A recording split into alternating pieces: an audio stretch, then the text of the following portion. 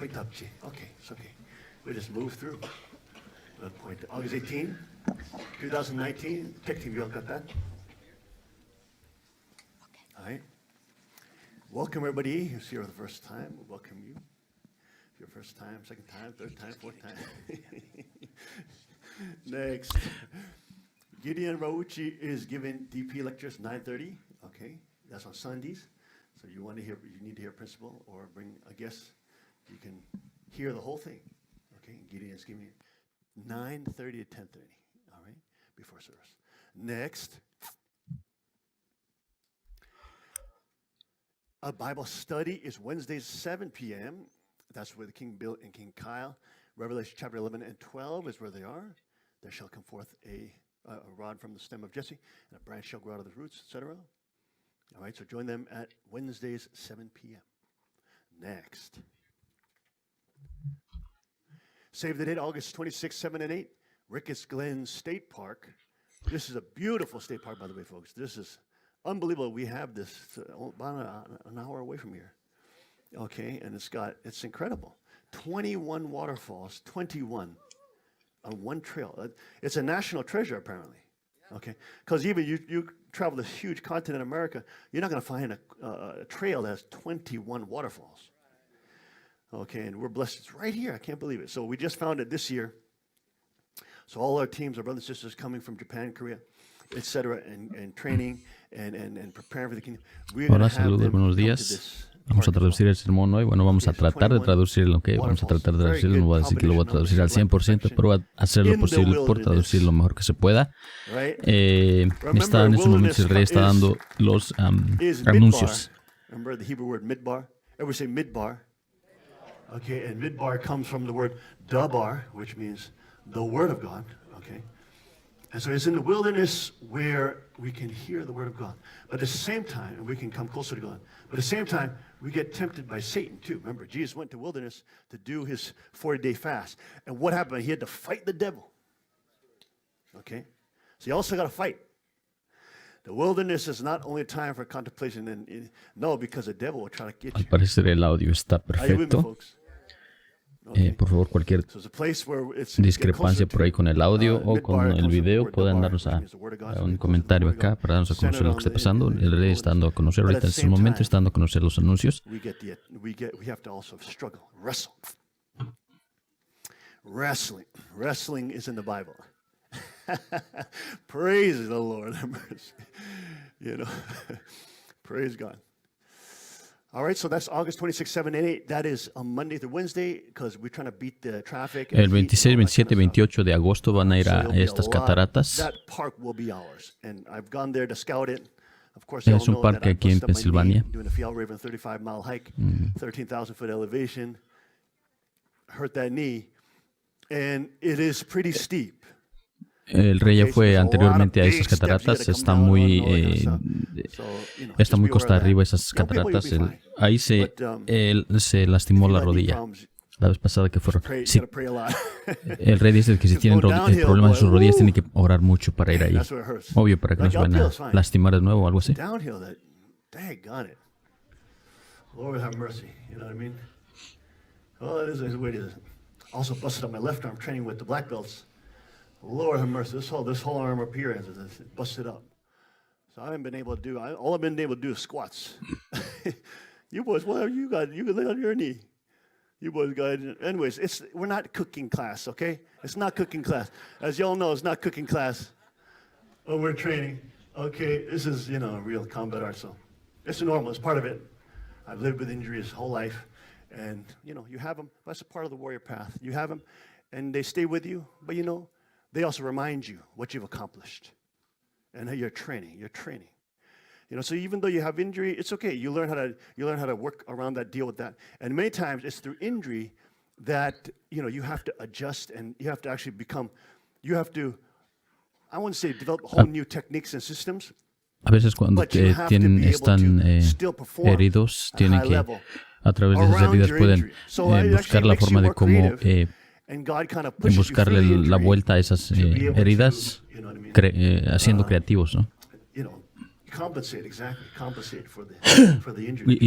Y compensar la herida que tengan. All right, so Ricky's Glen coming. It's going to be a great training. Went to scout it out. We went to about 6 waterfalls.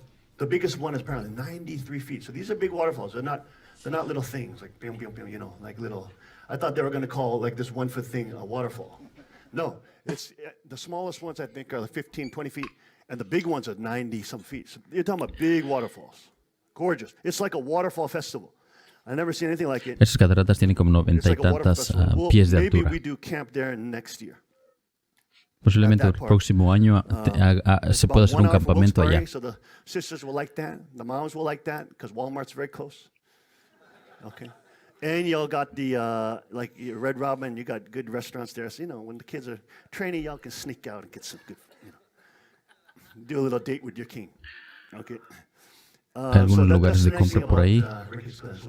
Just discovered it this year. Wait a minute. So we need to spend a little more time there, a little more training there. Once we get to know the place, and I think it will become. But providentially, the number is beautiful. 21 waterfalls. How can you even do it? It's like right there. 21 waterfalls, symbolize perfection. Bam, right in the wilderness. Happens to be not 3 hours, 5 hours, 3 days away. Because America is huge, right? You can take 3 days to get to the other side. We're talking about an hour away. An hour away. Daggone it. How come nobody told me about this before? Even we can just carry the Constitution in your breast pocket as a condition to go to all different levels of perfection. It doesn't make you perfect, okay? So don't be fools. But it's like a condition. Walking and stepping forward, okay?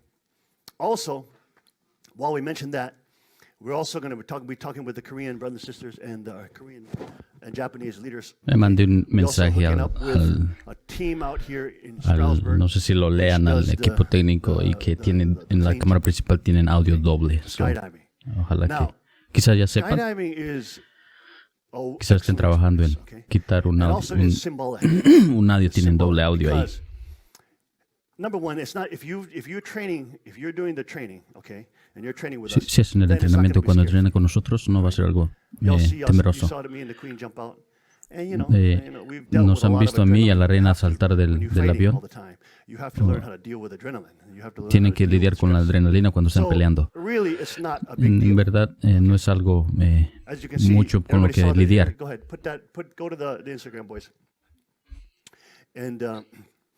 Remember the queen. She was an artiste. La reina era artista. Okay, she is an artist. I'm an artist too, baby. Come on. Yo también soy un artista. I'm very artsy too. Okay. Yo también soy artista. Pueden ver mi interior. Yo puedo decorar, puedo estrangular. That's my doing. Okay. Anyways, the point. No, please. No, that's okay. But the point is. El punto es que ella es artista y tenía miedo como de actividades quizás. Ella tiene miedo a muchas cosas, pero a través del entrenamiento ella desató esa valentía, por decirlo así, dentro de ella. Por ejemplo, el dominio de fuerza o de las armas, algo así, ella pudo dominar eso ahora. Un día ahora, gracias a las personas de las fuerzas especiales, es un honor haber estado con ellos y conocerlos. Gracias a ellos, nosotros en el mismo día pudimos brincar de un avión y disparar armas en ese mismo día. Este es como el símbolo de nuestra fe. ¿Cómo confiamos en Cristo? ¿Qué fe necesitamos o qué significa la fe?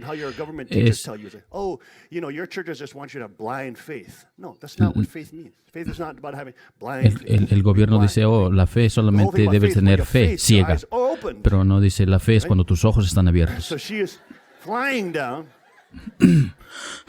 Ella está volando hacia abajo. Son como 13,000 pies de altura. Y la reina saltó. Ella no tuvo miedo.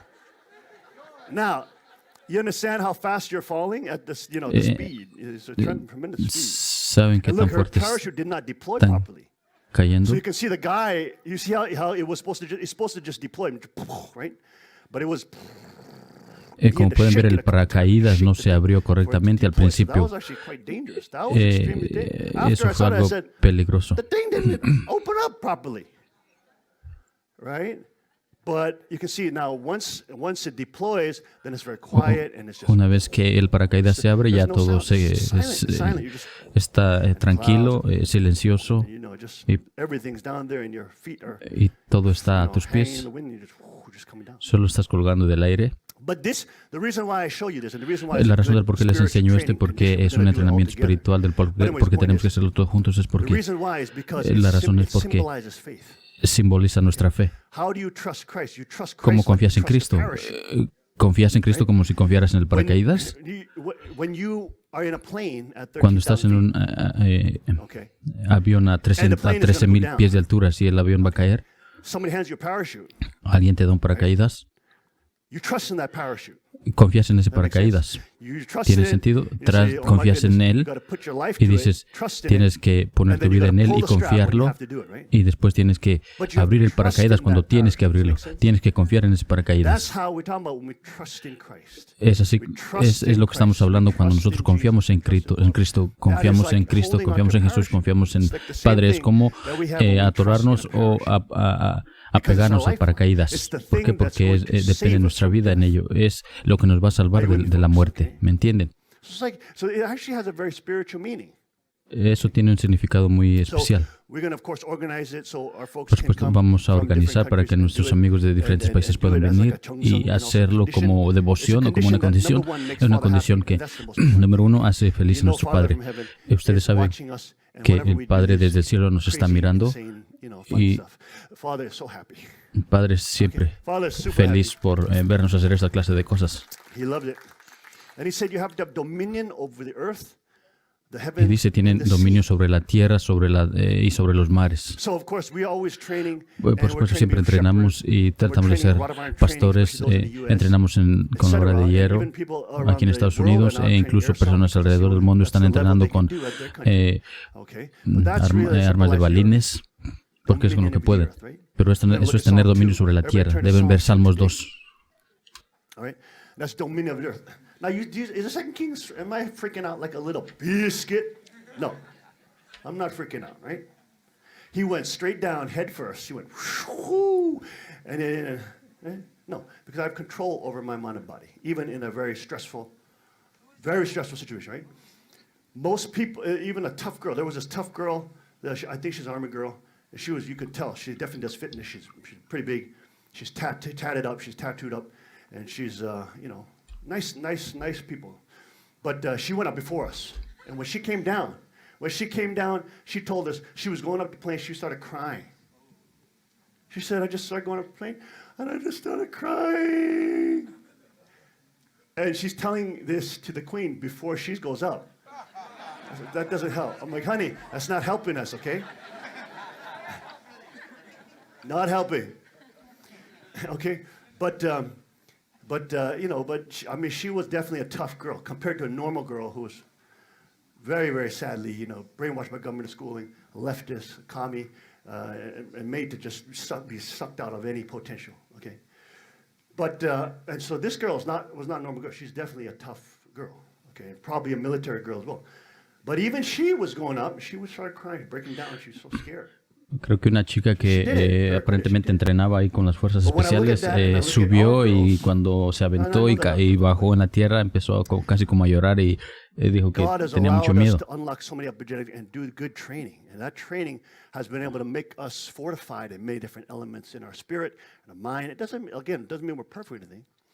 But it makes us a lot more capable to deal with serious stress and serious, situations where even tough people, right? Who, when we look at them, they look tough. The girl was tatted up. She looked real tough. La chica se veía muy fuerte. But she went up there. She said she was shaking. She was scared. Pero cuando ella subió allá y bajó y dijo que estaba temblando y tenía miedo. About it to one another, not to brag. But she couldn't. She's just basically said she couldn't control the emotions, right? But you look at our girls here who train, of course, and the ones who train, you all get higher level, okay? You get more dominion over your mind and body. You get more dominion over your emotions, right? We know emotions cloud our vision. They make us make bad decisions, right?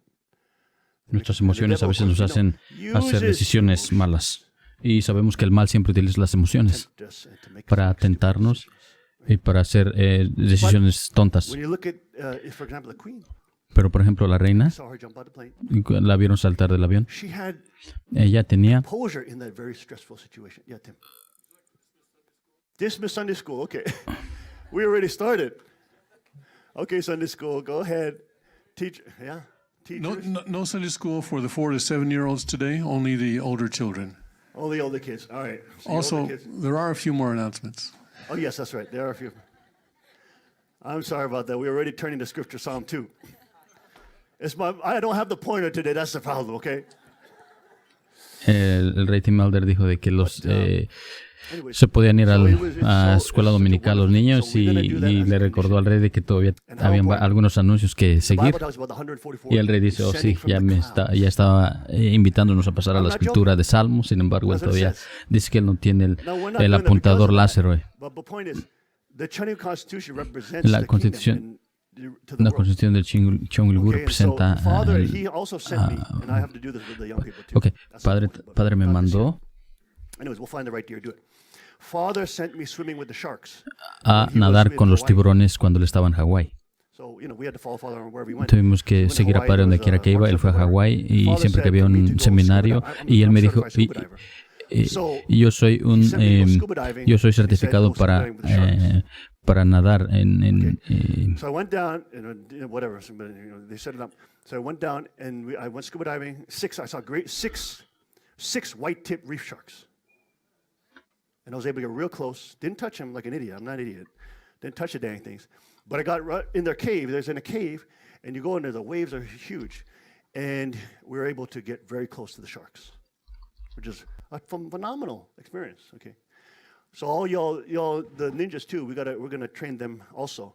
So you also have dominion over the sea as well. Tenemos que educar a los niños también para que puedan tener dominio sobre el océano y sobre la tierra a través del, por ejemplo, el dominio a través de la tierra es a través de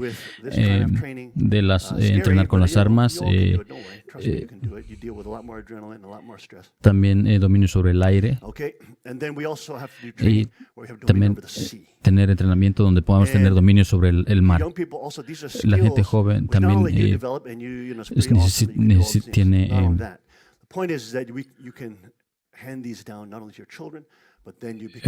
pueden pasar estas habilidades no solo a sus hijos, sino que pueden llegar a ser más grandes y puedan compartirlo a las demás generaciones. De la misma forma, así como ustedes puedan ayudarlos a crecer, los ayudan a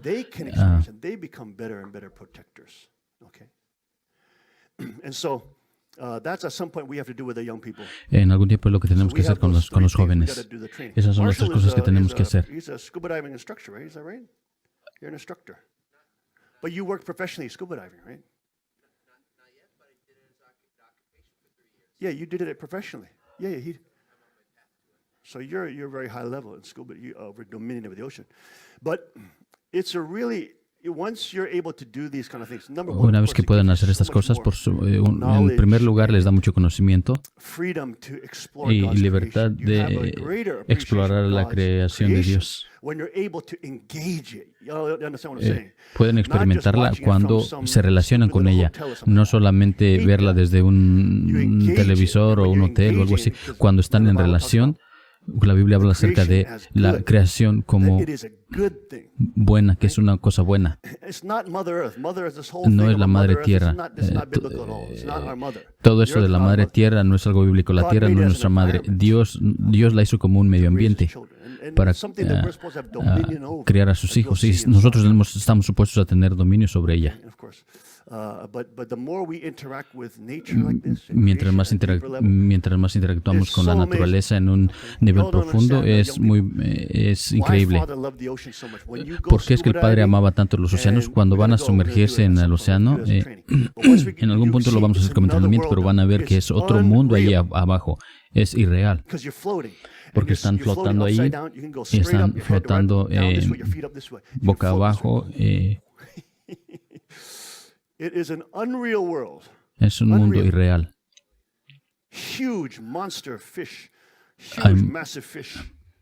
Hay peces muy grandes, monstruosos, grandotes. Es algo tremendo poder verlos. Si solo hacen esto, no es suficiente. Tienen que hacer el entrenamiento de pastor también. También tienen que hacer entrenamiento de diferentes clases de artes marciales, o digo, diferentes artes de la vara de hierro.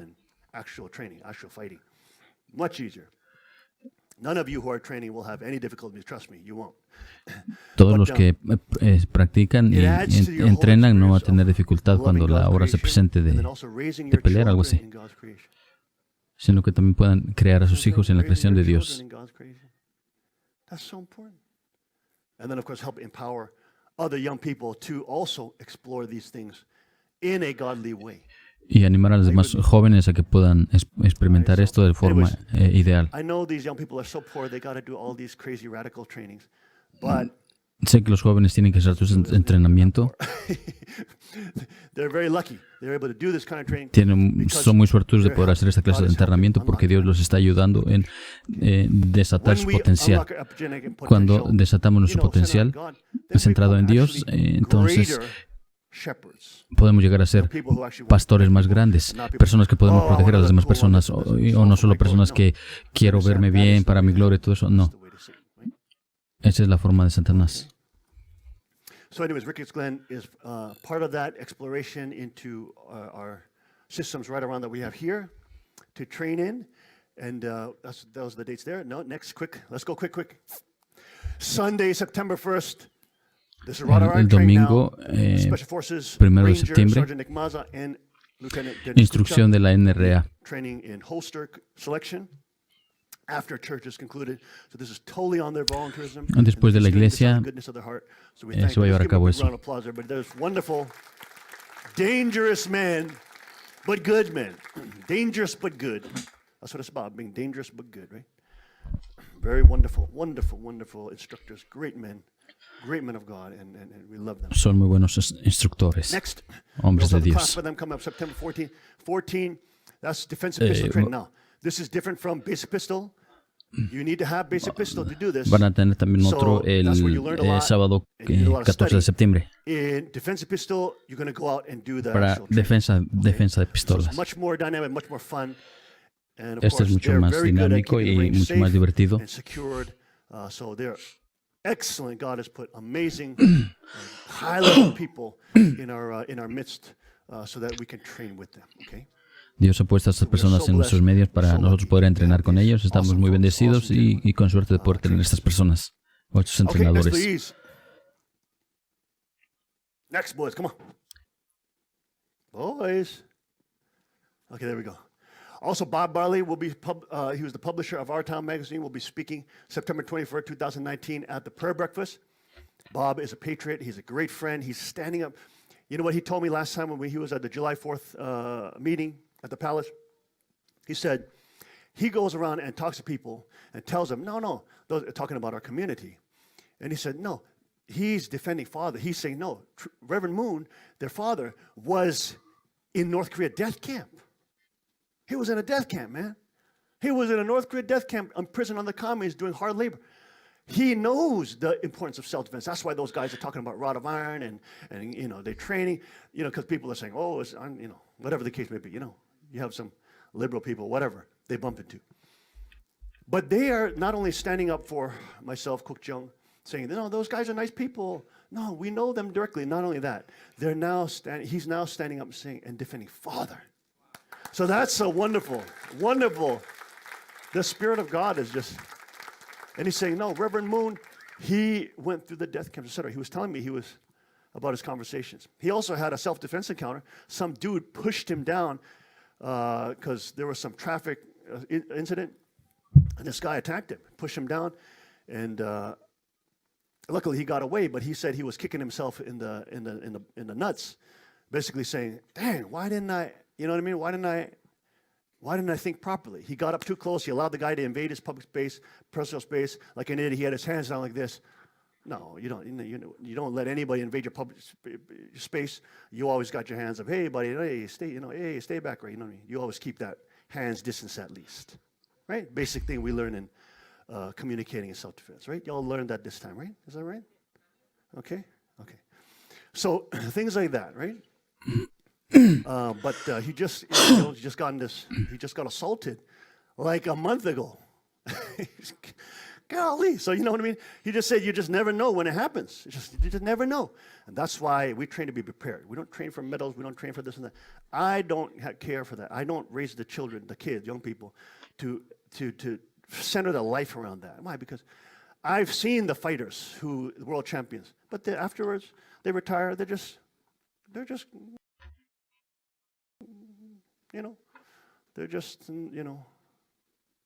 just see what I'm saying? They're just normal. They just become normal people. You know what I mean? There's a glory that they had. It's not there, right? It's not where our life has glory. Our life has glory when we have a greater mission and purpose, and we know God. We give our life to something that's great. Okay. And of course, in the end, they all turn to that. Okay. You know what I'm saying? But our young people, that's why we train. We train to be ready, and that's why. Kids who come and you've trained at different dojos, a lot of different people have trained at different dojos, and you all come and train here, especially the girls. You see how hard the girls train here, right, girls? You see the girls, they train hard here, right? I make them train hard. Why? I make them do a lot of fighting. Why? Because that's how I trained when I was young. That's how old school Gracie Jiu-Jitsu fight clubs were. You just fight all the time. You're just training all the time. You're not just drilling. The modern day schools, you're drilling 80% of the time, and then fighting maybe 10, 20%. It's not enough. That's not, you can't, nobody will raise up fighters or competition athletes like that. No way. It's opposite. You do 20% drilling and then 80% fighting, especially when you're in the lower ranks. Once you get the higher ranks, then you do more drilling. Right? But anyways, the point is, we're training to be ready. Entrenamos para estar listos. Right? We're prepared. Estar preparados. To be ready and prepared. That's why we train not only for the dojo, but we train for life. Why? Because we have such valuable people to protect.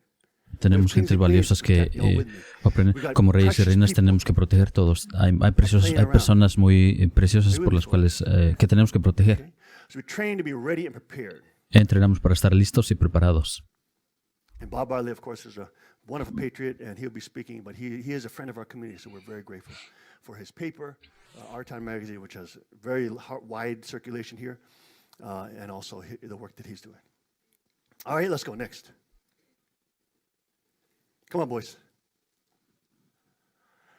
Pastor Joe Green also spoke at the previous prayer breakfast. Great time. He was not able to join us for a shooting. We had a ministers gathering, Pastor Cook, and there's a new pastor I met, Pastor Gary, and Pastor Matt Geddes was also there, and we were shooting. And it's like when you get the able-type Christians together, and you can go shooting together. Cuando reúnen a los cristianos tipo Abel y disparan juntos,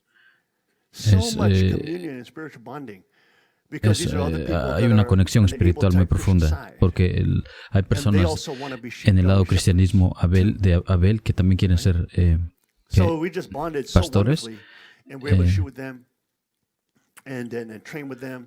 Podemos entrenar y disparar con ellos. And he came, he said, "Man, you guys are freaking bad." Okay. He said, "You guys are BA, man. You guys are freaking advanced shooters." We're like, no, Leandro, we're not. We're not advanced. We're not advanced. We're just trying to train hard. Un maestro de Jiu-Jitsu, pastor también de Scranton, vino y dijo, ustedes tienen entrenamiento muy bueno. Y el rey dice, no, estamos solamente tratando de aprender cómo defendernos, es lo que hacemos. No somos increíbles, pero estamos tratando de hacer lo posible por poder defendernos. Fue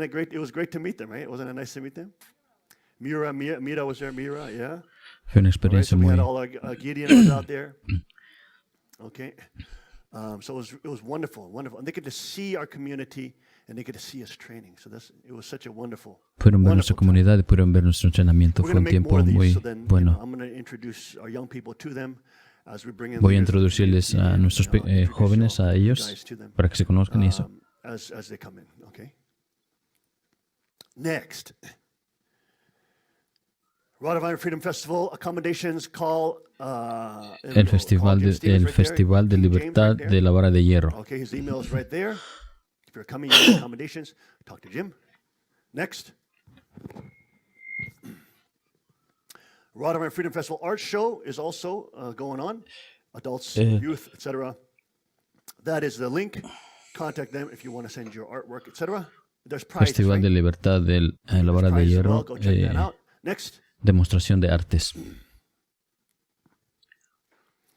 Upcoming holidays, September 2nd, Foundation Day. Días festivos venideros. Septiembre 2, lunes. Domingo y sábado y domingo, octubre 12 y 13. Children's Day, etc. Okay, there's a dress code there. Next.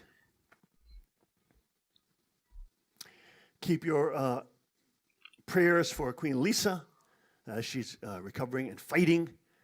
You know, how's she doing? How's she doing? Praise God. Praise God.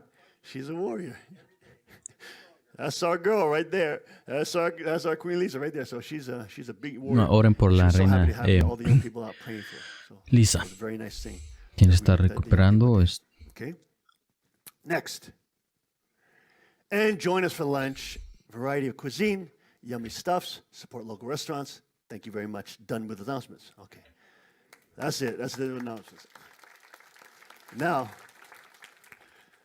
we had an amazing last couple of days. Los últimos par de días, los jóvenes tuvieron unas grandes experiencias en el campo, buenos desafíos. Primer día de entrenamiento, no se preocupen. Todos van a través de dificultades en el comienzo. Las dificultades no se quitan, duran. Pero es lo que aprenden cómo ser fuertes en la dificultad. Todos los jóvenes que fueron líderes, ellos fueron a través de todo ese entrenamiento. Let's see, hold on. Who was our, we got Shigeru, Victor. Y'all on the tech team there? Come on down. Come on. Come on down, boys. Come on down. All right, Mira, come on down. Was it Gideon? He's sick today. Okay. And we had Tessan was also one of our younger apprentice instructors. Come on, Tessan, come on up. You got your knee busted up. That's all right. You're not going to die. Come on. Oh, he's limping a little bit too, huh? By the way, folks, injuries are a normal part of it, okay? I'm injured literally from head to toe. You know what I mean? Throughout the decades. So it's part of it, but, it's something that you embrace. You embrace it, right? Las heridas son parte del entrenamiento. Yo he tenido heridas todo el tiempo. Estos son los jóvenes que guiaron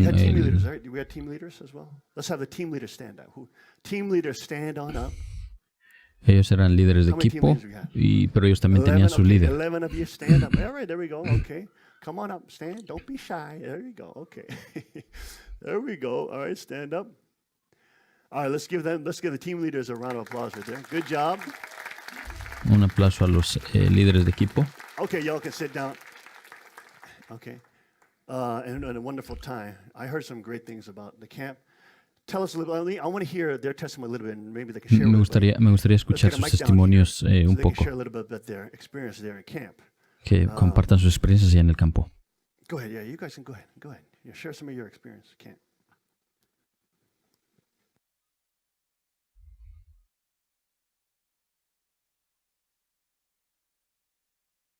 It's just being. Go ahead. Go ahead.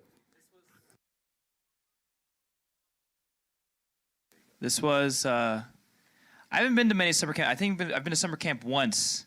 And then this was, en el campo una vez. Like 10 years ago. And now I'm leading this one. Fue hace como 10 años y ahora estuve guiando esto. I really enjoyed myself. Disfruté mucho. I tried my best to hice lo mejor para tener las cosas organizadas. Tried to y traté lo mejor de mi habilidad para And there's a tratar de lot of seguir la pushback cultura que because, you know, él sometimes trata kids de like, well, can we do imponer things en more fun nosotros. sometimes? A veces Like, es más well, divertido, we'll do mostly training, pero like the kids, and then lo maybe más hicimos a little entrenamiento fun, but just y un just to poco try de so that they diversión. would come back next year. But I really appreciate all the kids, all the team leaders especially. You know, we didn't give them Aprecio a any los warning. chicos They were y a team leaders. They kind of found out los that líderes de day, equipo, no les but they advirtieron really mucho stepped sus up and helped us to keep their teams in equipo. line, make sure everyone was on time. Everyone did a really good job being on time for every event. Todos estaban a tiempo para cada evento. We had different trainings. Some of them were pretty tough, especially for the new Tuvimos people. The diferentes last day entrenamientos, especially, we had algunos a eran muy very long difíciles, jiu-jitsu algunos eran muy, tournament, and algunos everyone, torneos de I jiu-jitsu un really poco appreciate largos, everyone's effort y aprecio that mucho they el gave esfuerzo de towards, cada uno de ellos making that a real success. So para que se I'd llevara just a like to cabo thank eso everyone who y came and fuera hope you had a exitoso. good time. Very nice, very nice. Yeah, very nice. One time, I heard you guys had like a little, was it if they're late, then the whole team gets 100 push-ups or something like that? Yeah, it's like it's positive incentives, right? Very good.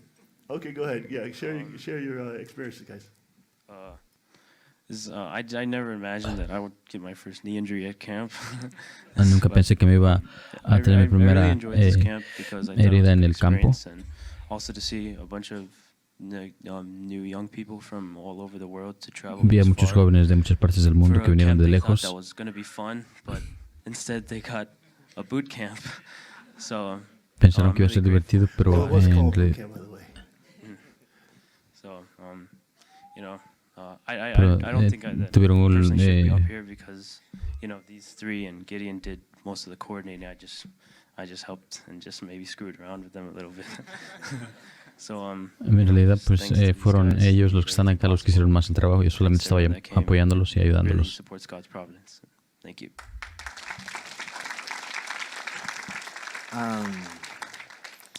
Yeah, I think I definitely think there's a lot of things we could do better next year. But I Creo was que really hay grateful. muchas cosas que se pueden mejorar para el año que viene. Estoy muy agradecido de que todos los participantes se empujaron a sí mismos para took heart to the training, and I feel like they really learned a lot through that training. Creo que ellos aprendieron mucho a través de los entrenamientos. What level they are, but not in a way of self-pity, but just a way they can grow themselves from now. And really, I think that hit them a lot, the reality, the situation. But yeah, I was really grateful that everybody really pushed through. No one was really Estoy muy agradecido que over-emotional or todos over-complaining, but everybody pushed through it really well, and I was really grateful. But I definitely think next year we can do a lot of things a lot better. But yeah, I think it was a good step in the right direction. Very nice, very nice. Fue un gran paso hacia la dirección adecuada. I did lead only the exercise, so for exercise, everybody did really great job, and then Yo me enfoqué en los ejercicios. Para los ejercicios muchas personas, todos no se quejaron. Nadie se quejó, nadie se lastimó. not exercise, in exercise. Bueno, hubo un herido, pero no en los ejercicios. And yeah, it was really great to lead with you guys and then exercise together. Very nice. Una buena experiencia poder We estar call con Victor ustedes. Moon. He's a Korean breakdancing hillbilly. His clothes is becoming more and more camel. But very nice, young man. Go ahead, go ahead. You can take a seat. Thank you, guys. Very nice job. But yeah, it's such a wonderful experience. Remember now, when I trained them and first trained them. Cuando yo los entrené por primera One vez, thing about these kind of combat arts is that if you're using them una for cosa good, con respecto a right? Like, for estas example, none of these clases kids de knew I knew combate, this stuff, right? Is that sí, true? todos estos No, they chicos no know sabían que yo before I started conocía teaching estas cosas cuando yo empecé a enseñar. Ellos no sabían que yo conocía And esto. even my children didn't know. Incluso so mis much. hijos no sabían mucho.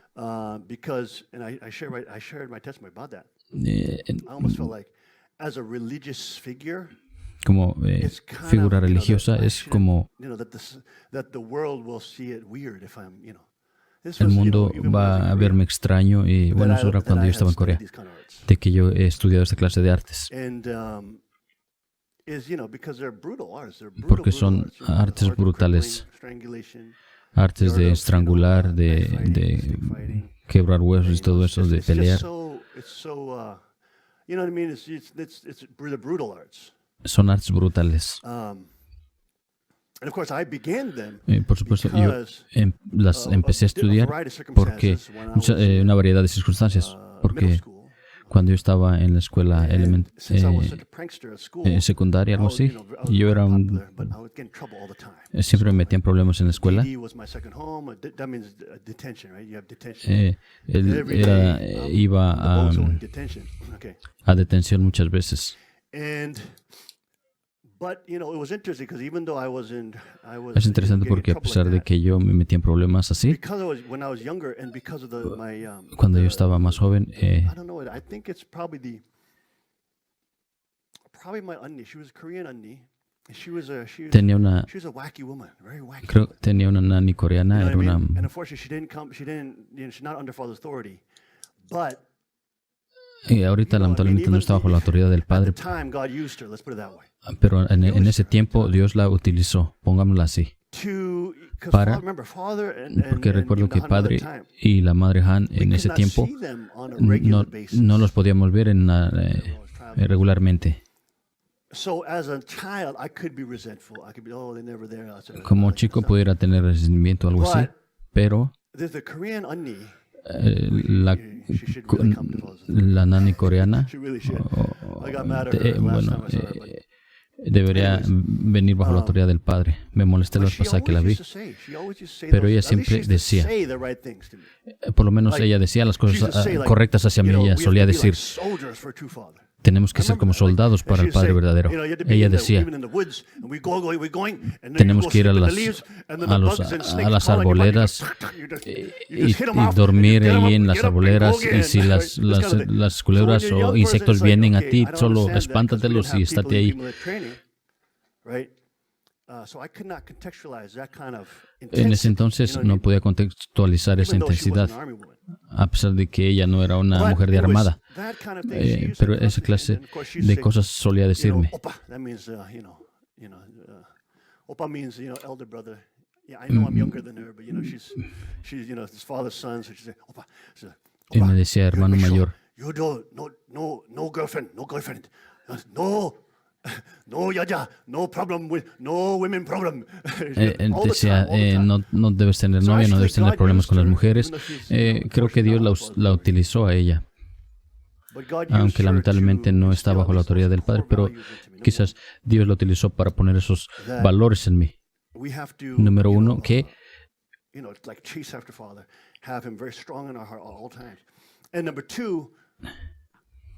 tener al Padre en nuestro corazón y no problema con las mujeres. Yo tenía muchas hermanas, conozco la psicología muy bien. Pude haber sido un chico malo o llegar a ser malo, más malo. Pero nunca no me metí en drogas, nunca tomé. Pero si Dios no me hubiera atrapado antes de eso, estaría en un gran problema ahora.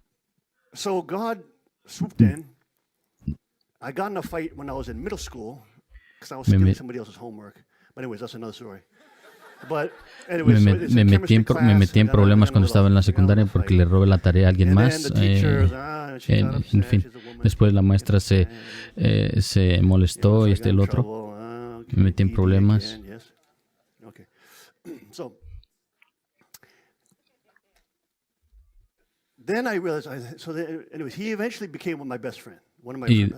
Y después al chico que le robé la tarea eventualmente llegó a ser mi mejor amigo. Es interesante porque me di cuenta de que no sé qué rayos estoy haciendo. Eso fue la número uno. Y la número dos es que al mismo tiempo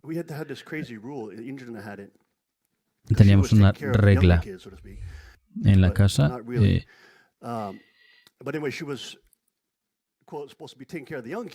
Estaba supuesta brainwashing them into feminism and goddess worship. That's not what she was supposed to do, unfortunately. But that she was supposed to be carrying over us. Estaba she had this supuesta crazy rule. She would make her husband beat us with a pool stick if we got below a B+. All right.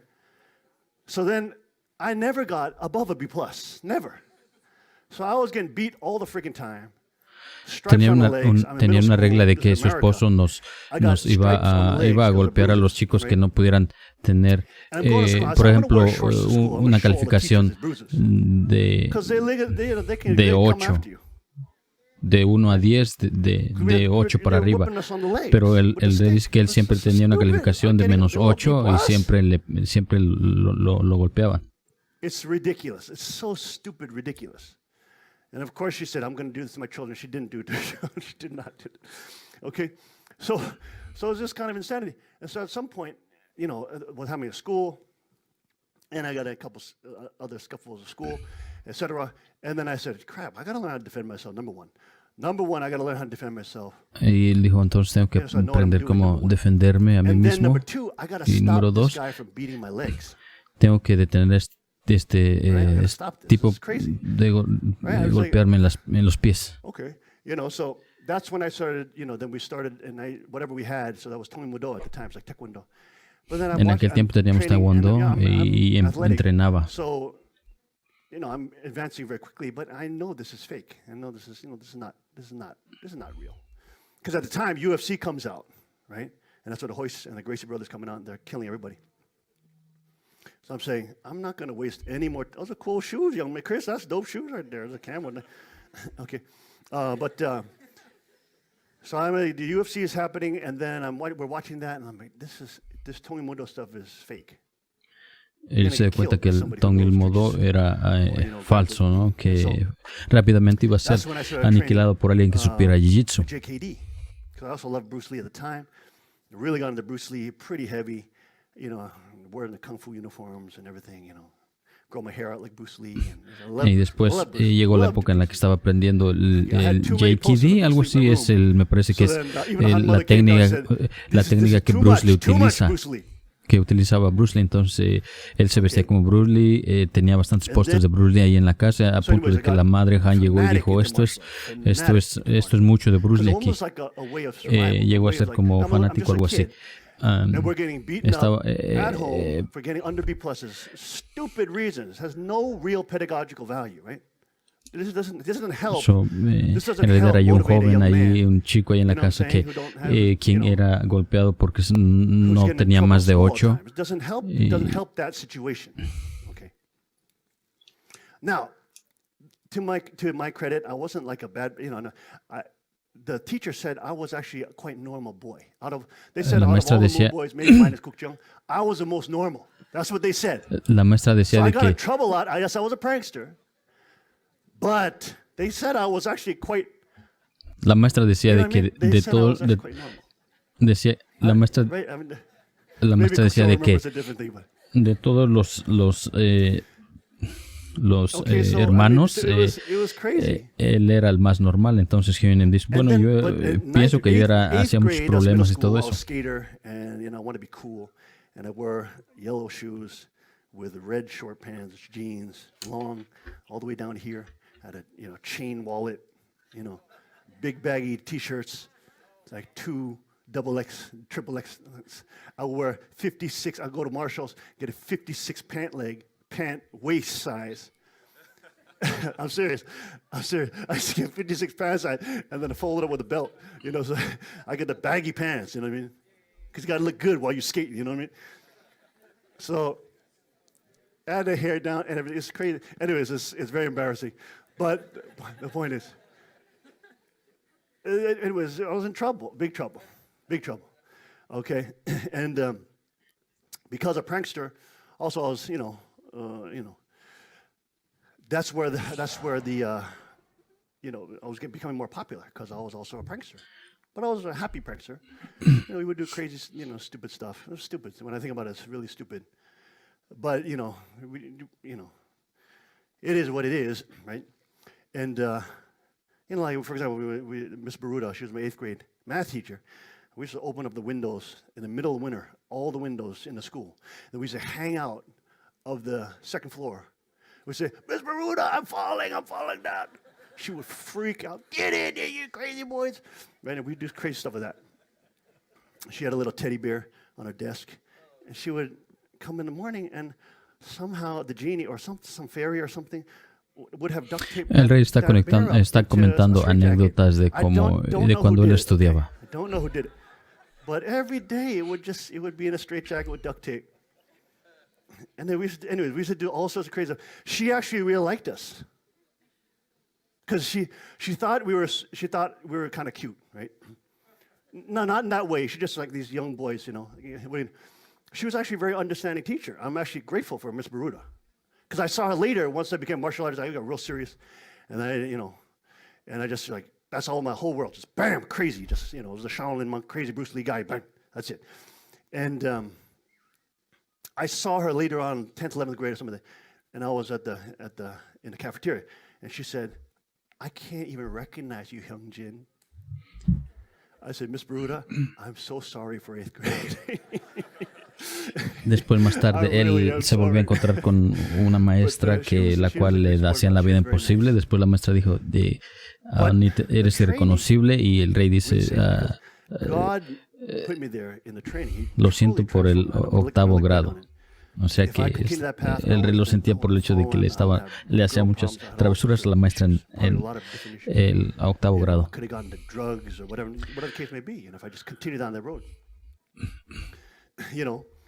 Because I was a bad boy. So girls like bad boys. Debido a que yo era un chico malo, me pude haber ido por el camino equivocado, ¿no? Government school and culture and fallen peoples through Hollywood, etc. It's not good. It's not wise. But I was popular because of that, right? So that was a problem. And so somehow, by when I look at it, I see God's hand on me. From the summer of 8th grade to 9th grade, I became literally a different person. Del octavo grado al 9º grado llegué a ser diferente. I came in literally in my martial arts uniform to school. It was insane. Okay, I'm always training in the background. It was nuts. So all the kids, my friends, they like that, especially the black kids, because they loved kung fu movies at the time. And I was friends with all those kids, and they just love seeing the martial arts stuff. But that really helped totally discipline and transform me. Really helped transform me. Especially because I was not training as fake martial arts where it's just for show. And you can get very diluted because you can have guys that are gymnasts and they're flipping around, they're doing all these flashy kicks in the air, which of course none of them will work. But people look at this and say, oh my gosh, that's amazing, right? But real fighters will look at that and say, no, you're going to die. Repito, lo que el rey está contando ahorita son anécdotas de cuando él estaba cuando él era joven en la escuela y eso. Una vez que empecé a estudiar artes de combate,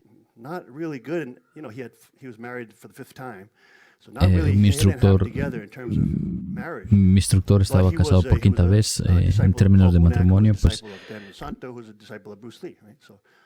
I was in that line, studying JKD with them. That's where I first did boxing and started punching, each other, and Thai boxing and Kali, Eskrima, knife fighting.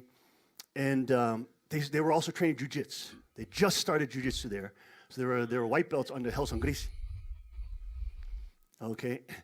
And I remember just training jiu-jitsu, and, it was like, wow, this is such a systematic thing.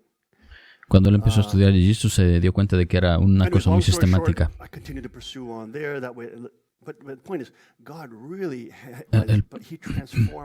El punto es de que Dios transformó mi vida en esos momentos muy rápidamente. Es increíble cómo cambió tan rápido. Y en secundaria cambió todo. I said, they're racist, okay? That's why they don't give me an A. They say, you idiot. Then he wrote a paper for me, and then he got an A. He said, you see, you stupid idiot? Okay. And I was like, they're racist. Entonces el rey le echaba la culpa a los maestros porque decía que eran racistas y que ellos odiaban a los Moonies. Y entonces él le comentó a Kuginim y le dijo, lo que pasa es que tú eres un tonto. Entonces una vez Kuginim le hizo la tarea a él, me parece, y él sacó 10. Y entonces Kuginim dice, viste, es por tu culpa, ¿no? Porque ellos son racistas. Y el rey dice de que esta es una tarea, es una historia real. It was because of the training. The training, you know. I got El fanatic about entrena- training, and the training helped Llegué a me ser fanático del stay focused, entrenamiento y el entrenamiento you know, me deal with downtime. Young people have a problem with downtime. We didn't have me ayudó a estar internet or some enfocado. of that at the time, right? So downtime is a very dangerous thing, right? If you get sucked up in downtime, then you can go to wrong friends. You can get hooked up in drugs or whatever the case may be, right? All this kind of stuff. So it gave me an outlet to be able to train and also feel like I was taking control of my own self-defense. El entrenamiento me dio They're gonna attack me, el keep on poder attacking me de and beating me. I'm not gonna ser let it happen. autosuficiente. So then the beating stopped after that, right? The beating stopped, right? They knew that if they were going to beat me for getting under B+, I'm going to fight back. And I'm becoming more and more capable the more I train, right? So immediately I felt, wow, this is so important for my life. I didn't reflect on it. I didn't have deep Después philosophical me di reflection cuenta de about que el it. I just entrenamiento era knew muy that I bueno para loved mi it. It vida. was so important. Me di cuenta de que lo amaba y que era muy importante. And it really helped contextualize, right? Because like everybody Y me experiences, ayudó a when you first train, conceptualizar. especially in the real arts, real combat arts, you get completely dominated. And it's like, what the hell is happening? I thought I was a tough guy. I thought I was athletic. You know what I mean? I thought I was strong. And you just get dominated by people. It's like, what is going on here? You literally have to submit. You have to admit that you just died. You just killed me.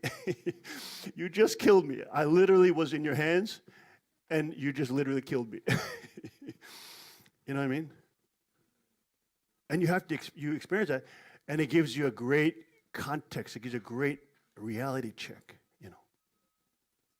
And that's what I, of course, tell the young people, the ninjas. I tell them, yes, it's cool when you're young because, Hollywood brainwashes them and, makes them believe that empty hands is cooler somehow. Because the leftists don't want them to get into weapons, by the way. That's the reality. They don't want Los izquierdistas no quieren que los jóvenes se metan con las armas. And they'll highlight that in the movies and, the empty hands guy, the ninja can beat up everybody else with guns. That's baloney. It's total baloney. Anybody who trains in the real arts, no. That's complete bullcrap. Right? So, by studying those things, I was able to see a whole different universe and a reality. El estudiar las artes, pude ver una realidad la cual no podía ver. Te hace ser muy humilde. You're surrounded by strong men. Estás rodeado de personas fuertes, Surrounded by strong men. Right? hombres fuertes. You learn to appreciate strong men. You learn to Aprendes appreciate a valorar a los hombres men who fuertes. can Aprendes a raise you. apreciar a los hombres que te entrenan Of o course, te great ayudan for a crecer en women el is that entrenamiento. girls learn how strong men are. Y right? también las mujeres This is what they aprenden learn qué tan fuertes los hombres son. Right? Some of the girls here, they were Algunas de las brainwashed by chicas aquí leftism fueron and lavadas de movies. cerebro So they actually por looked at las some of the younger boys here, like some of the small películas kids. izquierdistas. I could beat them just like one person, bam, knock them. That's in their head. This is what they're doing. It's totally En delusional. sus cabezas piensan de que con un solo golpe van a poder aniquilar a alguien They o see van that a even small vencer a girls alguien. can whoop them, and literally, even small girls can control, Y have their ven que life in their incluso hands. las mujeres kill them at any moment they want. pequeñas pueden, No, small girls. 'Cause I las make them mujeres train with the girls. I don't, unless they're a certain level, then I make them train with the boys, right? But the girls, they see that even a small girl, literally, she had my life in her hands, and she was like playing with me. You see what I'm saying? And then they'll see that small girl, or that strong girl. Like, for example, Yuna is one of the toughest girls in the dojo. And I heard she was choking Kyoka out yesterday, and Kyoka was withstanding her mounted triangle for like a minute or something. Is that true? Is that true? Something like that, right? So Kyoka, where's Kyoka? Where's she at? Where's that girl? Where is she? I can't see. Where is she? She's so small I can't see her. Where is she? Okay. But anyways, the point is, like Yuna's one of the toughest girls, right? And before she trained, for example, she thought like these boys, these size, Hiroki, Yoshi, Taesung, Christopher, this kind of small. These boys are not. They're little wimps. They're skinny. They're little wimps, right? She's trained with the girls, and she dominates most of the girls, right? And she's aggressive. She's an aggressive fighter. She dominates girls. El rey está hablando ahorita de las experiencias de las chicas que entrenan con él, ¿no? Because I'm a good instructor, and I know.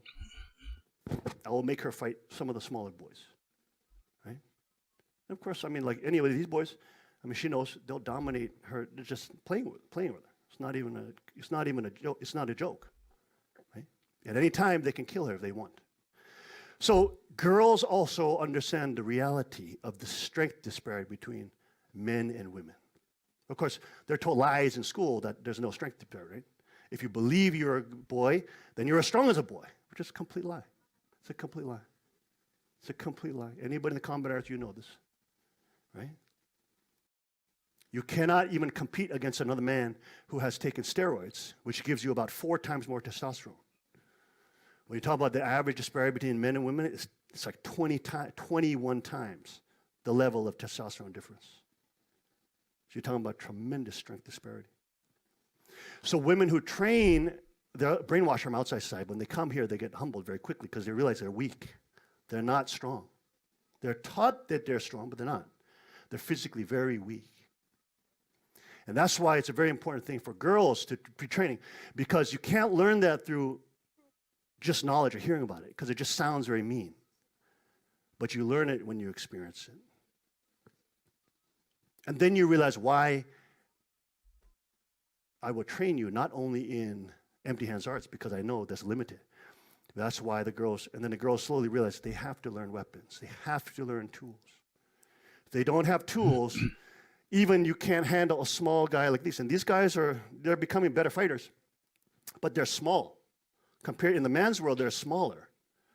They're definitely in the lightweight divisions and strawweight divisions, right? I was training in the middleweight to light heavyweight divisions. Look, there's guys way bigger than me, way bigger. Yo entrenaba peso mediano con peso pesado. Okay. So when you see that kind of strength, girls having a chance against a man like that who's on PCP and drugs, it's next to none. Even though they're trained. Because even if he knows a little bit of fighting, he can stop all their things and smash their face. Which is the reason why I show them the videos, and I know it's sometimes brutal and gruesome to see the videos, but you have to see them because it teaches reality. Right? Es por eso que les tengo que mostrar videos fuertes, porque esa es la realidad. Es importante verlos porque las chicas despiertan y las chicas dicen, oh Dios mío. Ellos se dan cuenta, número uno, que se les ha dicho muchas mentiras por Hollywood y por los medios de comunicación y el gobierno izquierdista y la educación de ellos. No encaran la realidad, nunca encuentran una fuerza física y nunca se han encontrado con una persona dominándolos. Pero cuando eso les pasa, se dan cuenta de que si estoy hablando de autoprotección, debo tener una protección. Es por eso que cuando entreno a estos chicos, no solamente los entreno en combate. Esto no es para que vayan a entrenar a competiciones.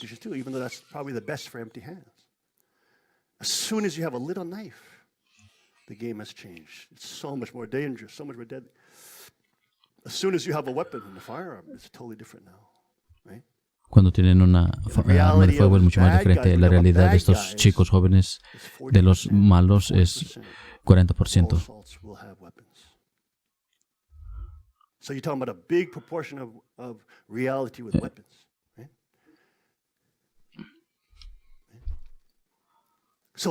so important that our girls understand Es this, importante not que nuestras deluded, chicas not believe conozcan the esto y que lies no and sean hype, engañadas the y que no propaganda crean las machines and the mentiras marketing de machines that try to get you las to buy stuff propagandas. from them. You have to realize huge strength. Tienen que You're not as strong darse as you thought, of cuenta course. de que no son tan fuertes I can get any one of fuertes these como small pensaron. boys, they will dominate you, and look how small they are. They will Incluso uno hold de you los down. jóvenes más pequeños los va a dominar. It's just a reality. Esa es la Imagine somebody my realidad. size, somebody bigger than me. Imagínense en I'm alguien 210, de mi right? tamaño. You have somebody 250, 270. You know, Tom DeBlas, who's Gary's, one of my instructor, he fights at 240. He's a heavyweight, but he fought his opponent just is Kasai, 329. 329 black belt, 329 pound black belt. I mean, come on, it's a joke. Even he could, that kind of guy can just sit on men and just control men, play with, you know, your life is in their hands. You know, and untrained men, I mean, you know, our blue belts can, you know, literally, you know, even empty-handed can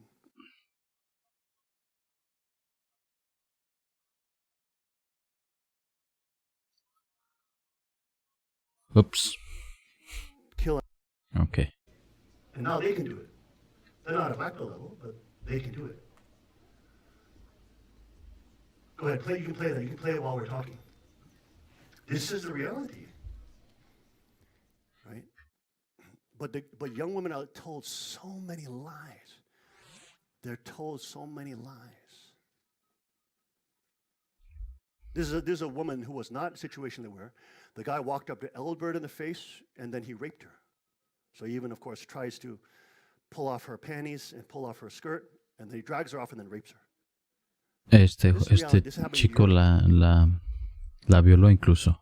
La golpea. Obviously, these kind of men, these kind of predators should be killed. Esta clase de If she was a rod of iron queen, she would have esta clase de depredadores deben ser done. Even if she had a weapon like a knife. Si fuera una de nuestras reinas, podría defenderse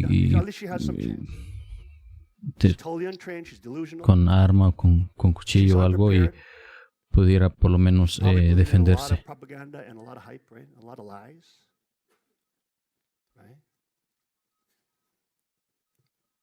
And this is the state of affairs. Now, this is only one thing. The reason why I post these kind of videos, and then La razón por la que pongo and we see this also in the Korean services too. Because you have to face reality. When you face reality, tienen que encarar la realidad. Cuando encaran la realidad, entonces se dan cuenta de que el mal opera en el mundo de fuerza. ¿Por qué la gente buena necesita tener dominio de estas fuerzas? ¿Por qué? Porque el mal reside y permanece como rey ahí. Es por eso que tenemos soberanía sobre el mundo.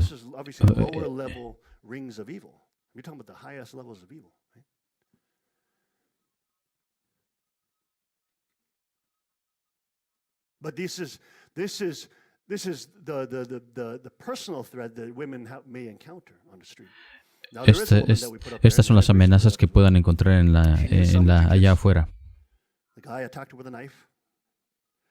I don't know why she didn't have a knife on her, right? I train you girls in knife fighting not so you can look cool on Instagram. So entreno a las chicas con cuchillo para que no para que se envíen en Instagram, sino para que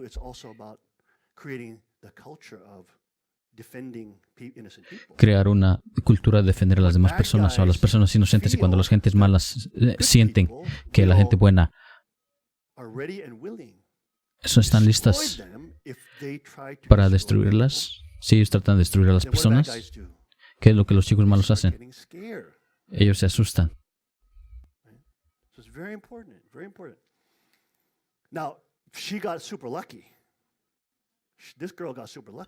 Esta chica tuvo mucha suerte. She got super lucky, and because she knows a little bit of jiu-jitsu, she was able to scramble out, sweep him, and run away. But the dude had a knife. Este tipo tenía un cuchillo y debido a que la chica sabía un poco de jiu-jitsu, pudo liberarse.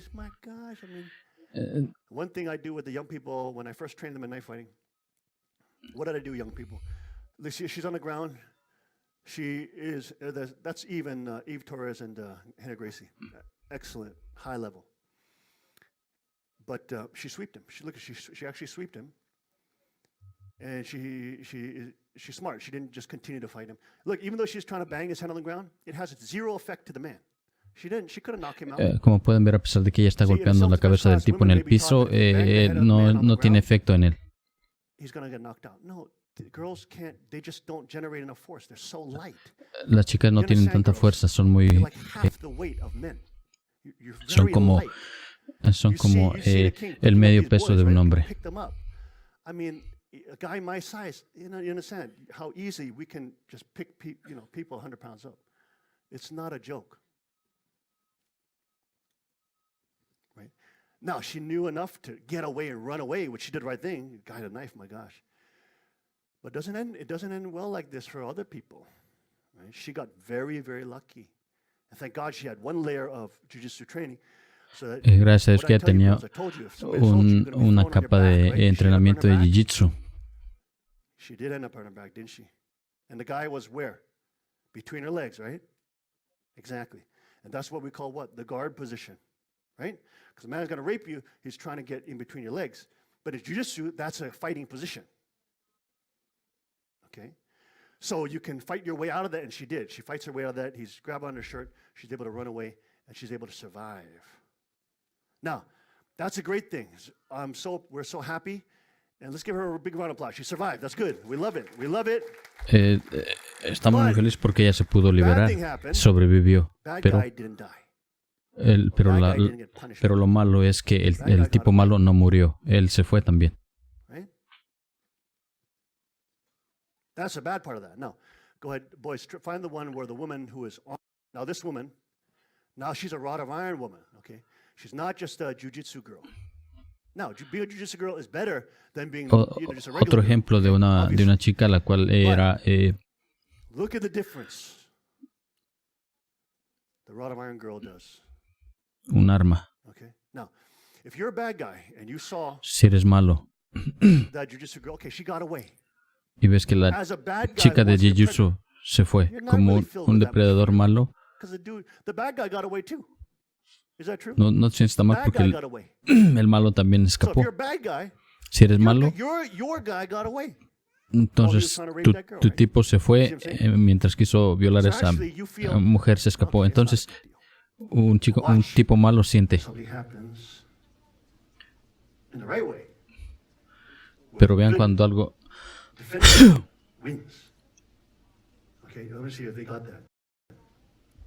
This woman is trained and she's prepared. And guess what, girls? She's not just training on the range or the dojo. She's carrying her tools. She's being a responsible woman. Esta otra mujer no solo entrena, sino que tiene su arma con ella. Estaba cargando su arma como una mujer policía. Tiene esa tarea y esa responsabilidad seria.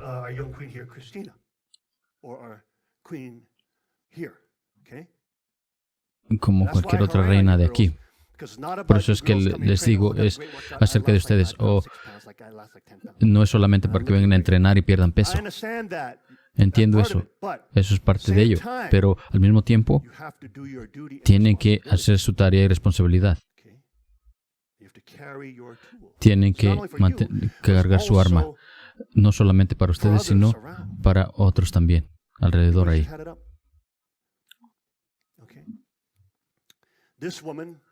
Esta mujer,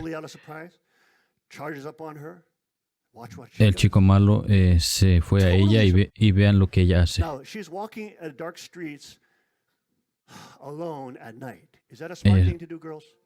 Ella está caminando sola a altas horas de la noche en la oscuridad.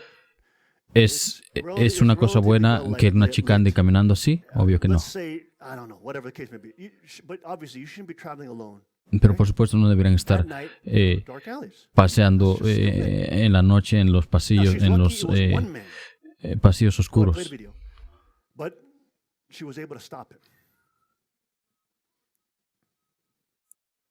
She's walking on the curb. Look how this bozo comes out. He stops her. Look, she feels something.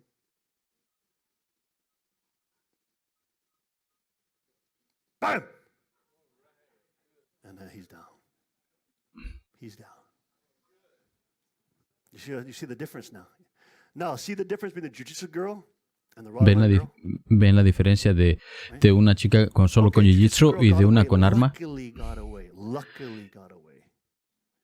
La de jiu-jitsu por suerte se fue, pero ella no creó, no infundó miedo en el depredador.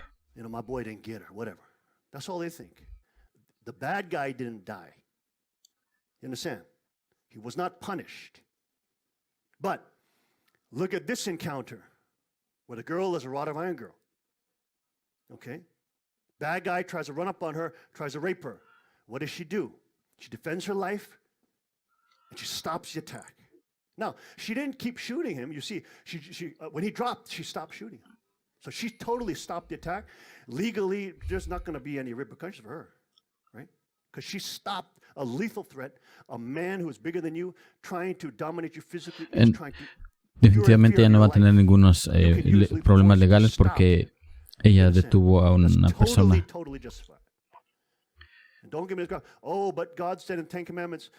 Pero Dios dice los 10 mandamientos, no mates. Tú no, dice, no entiendes los 10 mandamientos porque dice, no asesinarás, matar significa asesinar, pero la palabra hebrea when you're talking about killing somebody in self-defense or to stop a lethal attack against you, even the people of God, the Israelites had to kill people to defend their country. Right? They had to kill animals. If when God said, "Thou shalt not kill," that's why you have some very fanatic people, even in Russia, for example. They try not to kill lice. I'm not joking, right? And they believe they're following a Christian way because they see "Thou shalt not kill." And they don't understand the original Hebrew, which is thou shalt not murder. You see the difference between a murder and kill? Es diferente asesinar y matar. Esa mujer no intentaba matar al hombre, sino solamente detener la amenaza. Ella tuvo que detener a este hombre que ella no conocía. Ella es...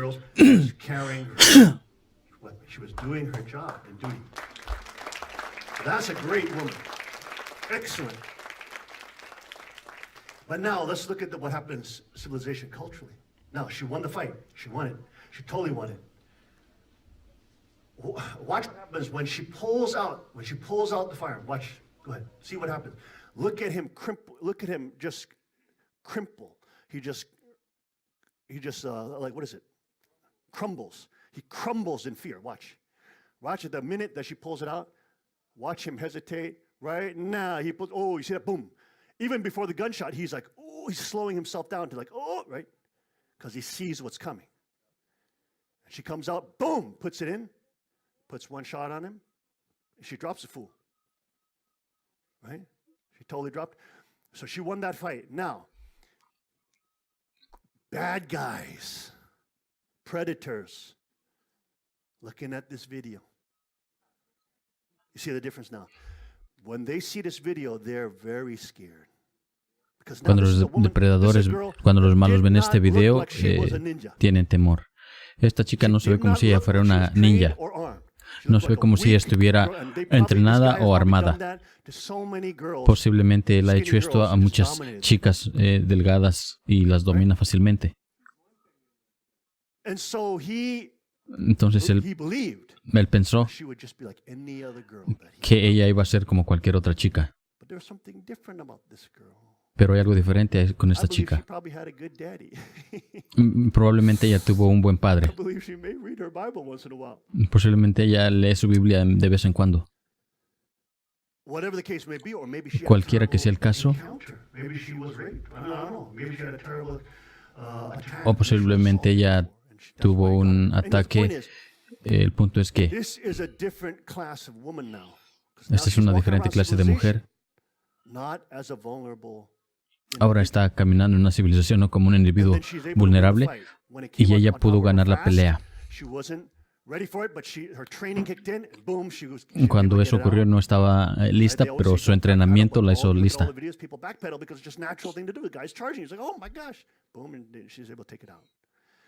Notice the amount of fear that came through that guy's face. Once he saw that firearm, he literally, you see him crumble.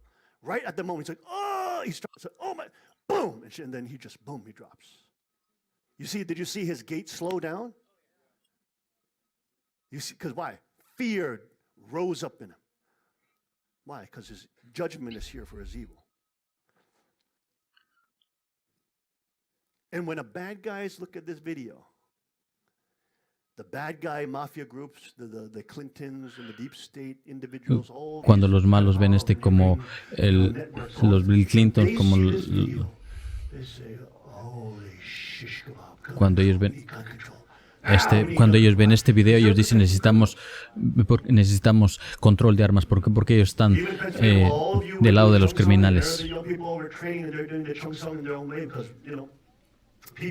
Training is part of actualizing our love God, love our neighbor. It's actualizing the words of Christ. El entrenamiento que hacemos aquí es actualización de las palabras de Cristo y llegar a ser más humildes, y estamos contextualizando las enseñanzas de Jesús de amar a Dios y amar al prójimo y proteger a las personas. Las personas malas ven esto y ven una situación difícil. Because now it creates a different culture. You understand? See the difference? Jiu-Jitsu girl doesn't create the culture of fear for bad guys.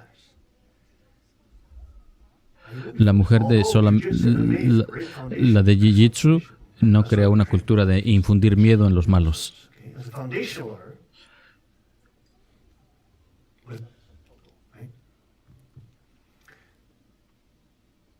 bad guys watching this, they want him to win, they want him to rape her. Los malos viendo este video, ellos quieren que él gane, que ellos quieren que ella la viole. Pero ellos obtuvieron lo que querían en ese día, no.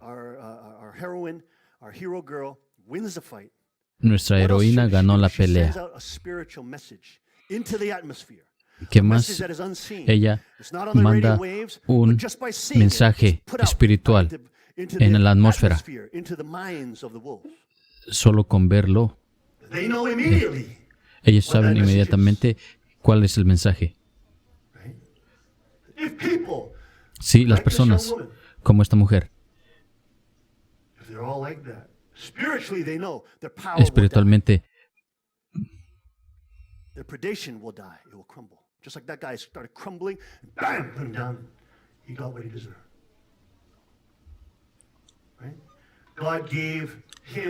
Dios le dio a él juicio a través de esa mujer preparada.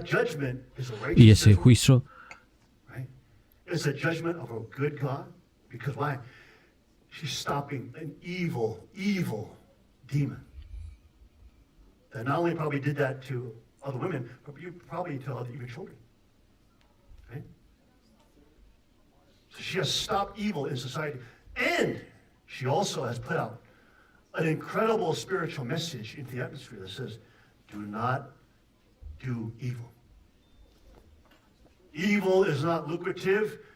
Wickedness is not profitable. Are you with me, folks? And that is a wonderful message. Seriously. It's a wonderful message. That's why the Rotterdam Kingdom is so beautiful. It's wonderful. Because good people, it's a great place to be, okay? We don't want to prey on people. Por eso que el reino del cetro de hierro es un lugar muy bueno en el cual uno debe estar.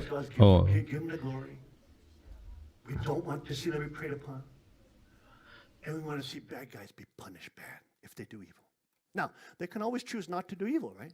They have to use free will. But if they choose and pull the trigger and do bad things, they're going to get punished. Are you with me?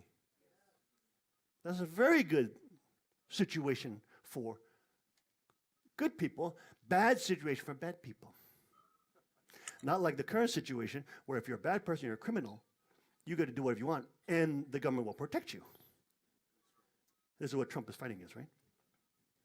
It's ridiculous. So you can see the difference between a young lady who takes her training seriously, and she understands the concept of layered protection and being prepared, right? You girls are vulnerable, especially the girls who are carrying. Don't be lazy.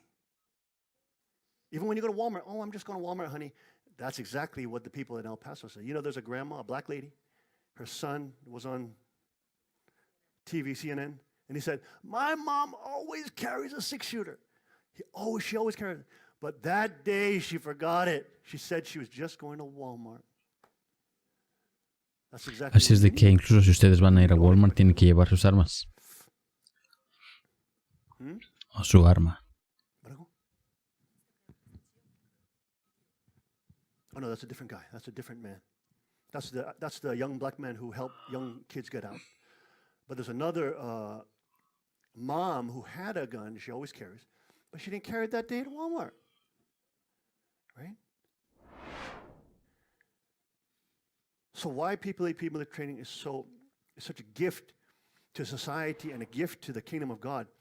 Not only because it helps the young people live a very adventurous and fun life, and they become stronger, and they learn to love nature at deeper levels, and they train and do things that normal kids can't do. And it's great. They look wonderful too. They look awesome. Okay, they look stellar. But at the same time, it is a tremendous blessing for society, right? But if you're training with weapons and you don't carry them, then you don't have them. They don't exist on you, right? It's like not having them at all. And that's the difference in a jiu-jitsu girl versus a girl that is training, understanding different layers of technology, right? It's the difference between a girl who maybe know how to read a book and one who knows how to use a smartphone. Are you with me? Okay? Right? Because that's the one who's using the smartphone to do research, whatever the case may be, she's using technology to force multiply, right? In the same way, our girls who are training, right? You all train. I train you, particularly, specifically, not because I know the reality, right? And you guys encounter it. I'm not going to waste all my time spending to raise you girls up to be jiu-jitsu girls, because I know that's extremely limited. Most of you, if you're ever attacked, probably going to be attacked with a weapon. You understand? So that's why learning force multiplication and know how to dominate and have control over technology is so incredibly important. Pero es que es muy interesante tener control sobre la tecnología. El Cheongilguk no está en contra de la tecnología. Now, if you train in all the layers, you keep training your physical training up, you get fit, you get stronger, etc. And then on top of that, you're training, when we're training colleagues or your firearms arts, these kind of things you're training, that's even better. It's even stronger. You're becoming a stronger force multiplier for goodness in society. So when you are walking around, and there's some bozo that's trying to do something in a grocery store or in a gas station, the mere presence of the one prepared person completely changes the atmosphere. Because of one person who's prepared, who's in that environment, the entire environment must bend to that person. You understand? You're no longer sitting ducks just waiting for things to happen.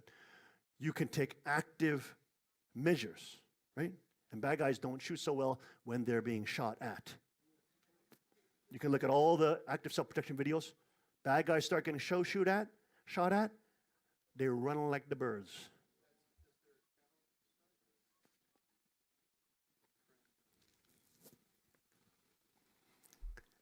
So these kind of things are so important, right? So important in understanding not only our duty, our responsibility, how to activate and actualize, love God, love your neighbor. Training is hard, yes. Training, you get beat up, yes. Training, you go through the bumps, you get injured, you break things, you get hurt, whatever the case may be. But it's a blessing for us. Once you understand that is through that, you're getting stronger. You realize you start loving the grind. You start learning how to love the pain. You know what I mean? Anybody who's intense and knows how to do it at a very high level, they know you got to embrace the pain. Because nothing good, nothing high level is going to come without pain. Right? So I have injuries. Right? You boys got injured this time. Some of you got injured. I have injuries all over. But I'm grateful for the injuries too. Working through injuries helps. Estoy agradecido por las heridas también, porque it's almost eso like a spiritual battle sometimes. es como una If you wanna batalla train espiritual a somebody, you have to veces. stop yourself. You have to learn reserve. You have to let your body heal. You have to face reality. Your mind may be willing. I'm ready to train. I'm ready to train. Then you get injured again. And now instead of being out 2 or 3 months, you're out 6 months, 8 months. Right? But you can tell, you can see. Right? Those who have not faced reality, it's very hard, right? It's crushing. Some of you may have had your egos crushed this time in this experience.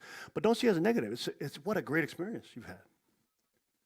Like having my ego crushed when I wanted to fight dojos, just having it just crushed, brutalized, brutally crushed, was the greatest gift I ever received, seriously, in that realm. Such a great gift. Because it wakes you up. Are you with me, young people? It wakes you up. It makes you aware of where am I actually at. If nice people like this can do this to me, what about bad people with real bad intentions? I'm going to kill, rape, and destroy you. It's a totally different story, right? That kind of experience is a very important one because you're told, no, you're invincible. You're told that, oh, you just believe in yourself and you can believing and you can achieve everything and basically you're God. But you realize, no, you're not God. You're not invincible. You can be snapped, broken, killed very easily. That's reality, right? When we understand that reality, then we can face reality and we Cuando can do entendemos things la about realidad, it, podemos so that encararla y it's podemos hacer cosas harder con for respecto a bad eso guys to para que sea difícil para los malos matar a las gentes buenas, herir a las personas Are buenas. you with me? You understand? ¿Entienden? Okay. So it's wonderful, great experiences that you guys had this time. Es una But gran again, it's experiencia la just que it's tienen just- hoy, you guys may go pero home, a lot of you who came from other pudieran, places, you may go home, y now todos you los go que vinieron de back, diferentes you lugares lazy pueden bumbos regresar a again, sus and you casas don't train. Oh, thank y, goodness, we're done with that. That was good for 1 y week, van a but I'm not decir, back to do it, right? oh, ya No, you just be terminamos, waiting. gracias a Dios que ya nos fuimos de ese lugar, quizás As soon as you go back, all these ninjas inmediatamente here, they're cuando going to keep training. We're going to be training again from tomorrow, you know what I mean? los ninjas que se quedan acá vamos a seguir entrenando a partir del martes. Right? You see what I'm saying? They're going to be grinding. They're going to be working. Ellos van a seguir They're trabajando, going to be pushing again. van a seguir empujando nuevamente. Right? So it's important for you when you experience that. Yes, Es it's importante good para ustedes to cuando do it for a experimentan week. eso, que lo hagan. Es bueno But it's experimentarlo easy por to una survive semana, something that's hard for a week. pero Hard to es do it for years. Right? Very, very hard. It takes a whole different level of mental fortitude to do it for years and to know what you're doing. Because in the beginning, pero you're hacer lo just mismo por constantly, años y constantly años toma mucha dedicación y I mentalidad. understand. I feel your pain. I've been there too. Right? Like when Kilka or these smaller girls, they start training, they're so tiny, they get their booties whooped like endlessly by other girls. Just kill them because they're so tiny. They have no physical strength, right? But they keep training, they train. And I remember the first time, and Kilka's not perfect or anything, but I remember the first time she submitted another girl. Like she's tiny, but she, through technique and hard work, and sometimes she's lazy, she's not even the hardest worker, but her or Hannah or whoever, you know, when they first tapped or submitted somebody else who was seriously not trying to let them defeat them, right? And they had gone through years of just being beat up by the other girls, right? They stuck through it. They showed they had mental fortitude, even though they're young and they're small. And I remember when they submitted, you know, I can't remember who they submitted, but when they submitted, everybody in the dojo was so happy for them. It was such a happy moment. It's like, you did it, girl, you did it, you did it. You know, because they never could beat anybody. Are you with me, folks? I mean, I don't know if you get what we're talking about, but it's like, there's like a euphoria going through the dojo because everybody's so happy. And I know we're not supposed to celebrate things like that, but for the kids who work really hard and they just get beat up, but they keep through. I mean, there's something on the inside of everybody's conscience that when they win, everybody's so happy. You know what I mean?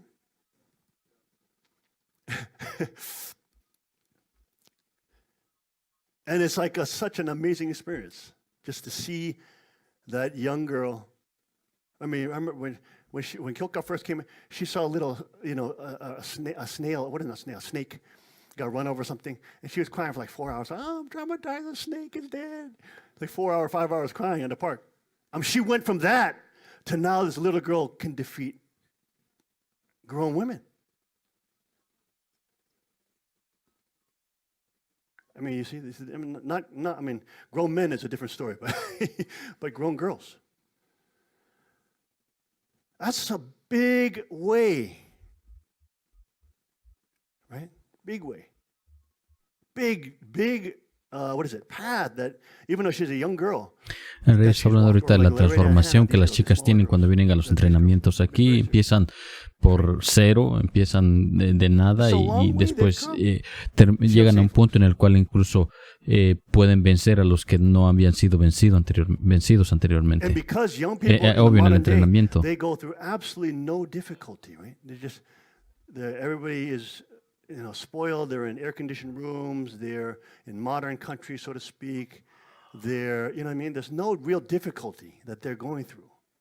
It's all kind of mental stuff, and then, of course, they're getting traumatized because of the government schools, and they're telling them transgenderism is okay, and you can be a boy or a girl. They're telling them all sorts of crazy crap. Telling them they're animals, that they're in the evolved apes, and basically, being force-fed a religion, an ideology that you're supposed to believe, that you're an ape, that you have no real intrinsic value or connection to the Creator. You have no real rights. And constantly barraged and brainwashed, constantly being told these things.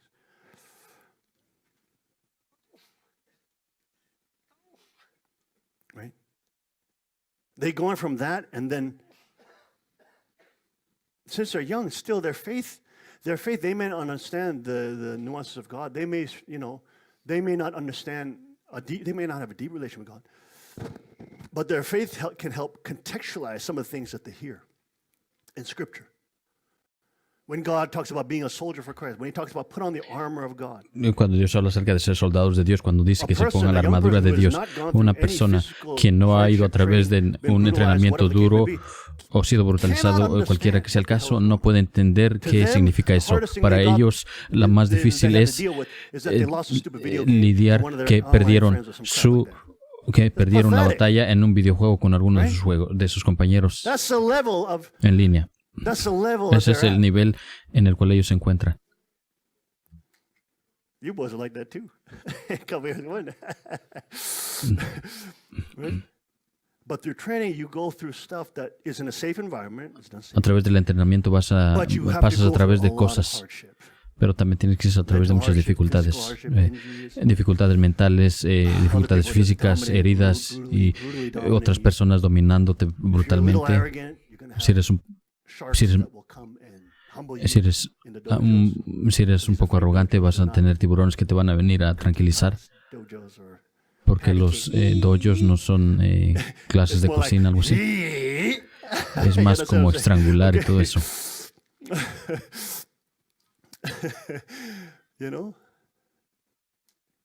And it opens up a totally different reality. Abre una realidad totalmente diferente. Su fe pudiera no ser tan profunda, pero ya que ellos tienen un contexto de dificultades que el cual ellos tienen que ir a través de ello y pelear y empujarse, incluso aunque no puedan entender la fe en totalidad, pero por lo menos pueden entender qué es pasar por dificultades. Every single one of you. Exactly. You have to struggle with it, right? Tienen It's que so hard. lidiar con ello. Es muy At some point difícil you're saying, mantenerlo. "Why En am un I punto going dicen, there to be brutalized again? ¿por qué tengo que ir allá para ser brutalizado de nuevo? Can't I just go on with my day and have a little peace? ¿Podría yo seguir adelante con mi vida pacífica, Can't I just cosas have my little pacíficas? spaces and ¿Puedo tener mi espacio positive affirmations? privado y Feel eso good about myself, para sentirme bien conmigo mismo? right? I mean, I understand that may feel good in the temporary, but Eso people who pudiera live like that sentirte bien obviously are miserable. temporalmente. They're extremely miserable because they don't accomplish anything. They don't do anything hard. Gentes que viven así viven miserablemente porque no cumplen nada. Pero si vas a través de cosas difíciles, después, a pesar de que muchas personas posiblemente se venzan o se rindan, después tú llegas al final y puedes tener respeto, reconocimiento. Las personas te agradecen por mantenerte fuerte. Hay personas que ayudaste a crecer, que van a ser muy apreciativas por el hecho de que no te rendiste. Las personas jóvenes lo tienen más difíciles. Ellos tienen una comunidad de personas que se están apoyando uno al otro. Entrenando fuertemente, sí, pero apoyándose uno al otro. Sí que son muy bendecidos en ese aspecto. No tienen que ir a un centro de entrenamiento por ellos mismos y agarrar y pasar de nivel a nivel por ellos mismos o ellos solos, sino que no. Ellos aquí tienen toda una comunidad de personas que están entrenando con ellos. Y nosotros como los que entrenamos en los entrenamientos de la Policía de la Paz, no tenemos nuestros propios egocentrismos y nuestra propia gloria como es centro. Cuando las personas jóvenes vienen, son nuevas, ellos tienen su ego como el centro de ellos, porque lamentablemente han sido mal enseñados afuera, pero a medida que continúan, se dan cuenta de que no es acerca de ustedes, sino que se trata de amar a Dios y amar a mi vecino o a mi prójimo.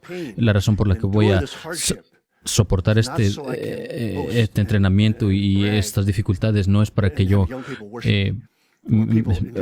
sea alabado yo mismo o las personas me alaben, sino para que si yo fui llamado, para que si yo soy llamado en específico time, pueda yo arriesgar mi vida por las demás personas. Esa es una gran diferencia. Esa es una gran diferencia. Algunos de ustedes, los padres, han experimentado eso. Han enviado a sus hijos a los dojos de allá afuera, aprenden algo, pero cuando ellos vienen y entrenan con el rey, con la milicia, aprenden una cultura completamente diferente, una ética completamente diferente. Por eso es que su entrenamiento no es solamente físico, sino espiritual también. Para que sean defensores de la sociedad y las personas necesitan tener algo de espiritualidad. Deben vivir por algo más grande que ustedes. No solamente todo debe ser acerca de ustedes, de su gloria, qué bien se ven, cuántos trofeos han tenido. Deben ser más grandes que eso. Es por eso que ustedes, chicos, son bendecidos. Ustedes no se dan cuenta. Ustedes todavía están en el nivel de cinturón azul. ¿No se dan cuenta? Qué precioso o qué importantes sus compañeros de entrenamiento son. Cuando ustedes van en un nivel más alto y más alto, obtienen menos y menos personas que quieren entrenar con ustedes. Menos y menos personas quieren entrenar con ustedes. En el nivel de cinturón azul, pero cuando suben al nivel de morado y de café, no hay muchas personas.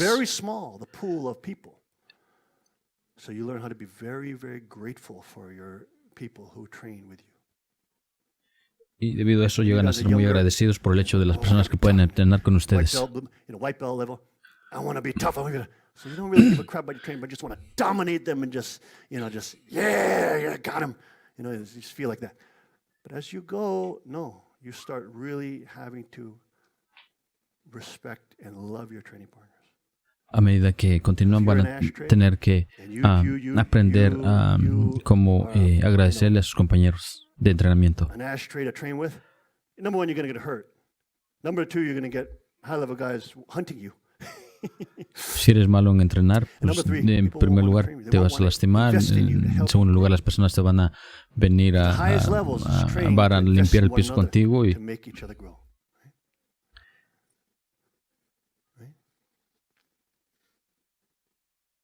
And that pool becomes smaller and smaller the higher you go. a medida que tú avanzas más arriba, las personas con las cuales puedas entrenar se hacen menos y menos. ¿Cuántas personas de cinturón blancos hay? Hay bastantes. Azul menos, morado menos, y mientras más avanzas, más menos personas hay para poder entrenar.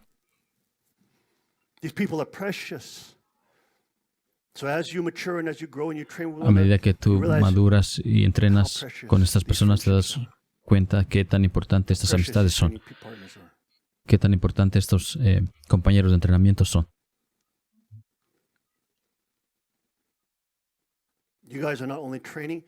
Ustedes no solamente están entrenando para llegar a ser en un nivel más alto, sino que tenemos que entrenar para que podamos tener un nivel alto para el reino y detener el mal. Si se te llama a hacerlo, eso podría requerir arriesgar tu vida e incluso morir. Yo entiendo eso, pero eso es parte de cada, incluso los policías normales y hacen ese en el Cheongilguk no tenemos eso, pero en cada individuo, cada ciudadano está eso en su corazón, en su mente, de que deben de dar su vida para salvar a otros. ¿Me entienden? Especialmente si ustedes cargan su vara de hierro o su arma de fuego, tienen que hacer un juramento de que sí, si yo tengo que luchar, tengo que luchar. Y si tengo que morir, pues que así sea.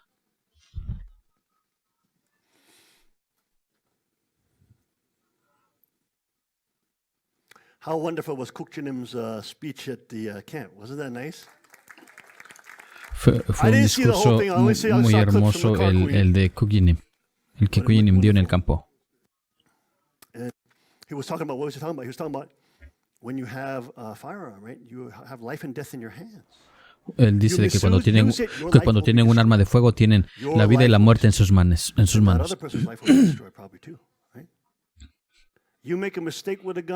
Si hacen un error con la arma, si la sacan y quieren, si sacan un arma y amenazan algo, eso es un delito, pueden ir a la cárcel por eso. No pueden ser irresponsables cuando lidian con una fuerza tan poderosa así, especialmente los que entrenan con armas. Look at this handsome little young man right here up in the front. Who is this? Who is this? He's got a girl. Who's that young boy? Who's that handsome young man up in the front watching his daddy? ¿Quién es ese chico muy parecido ahí enfrente mirando a su padre? Let me see those pictures. Marianne, where are you? Where's Marianne? This girl is phenomenal in her artistry. I mean, she is phenomenal. Honestly, I am so shocked, Marianne, because she wasn't even that good in camera when we were doing the calendar before. I was telling her, no, you got to compose stuff like this. I look at her now, what she's doing. It's phenomenal. Where you at, girl? Come on. Let's show it up. Go ahead. Go ahead. Put it up. No, you boys, you have it? Look at these beautiful pictures. Is that out of this world? Look at that.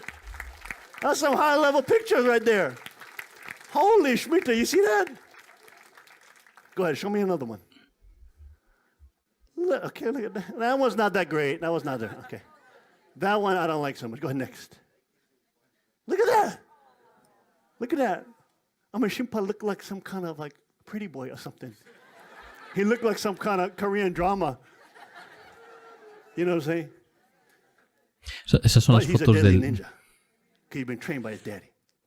Esas son las fotos del hijo del mayor del segundo rey con su esposa que recibió la bendición ayer. Antier, el viernes.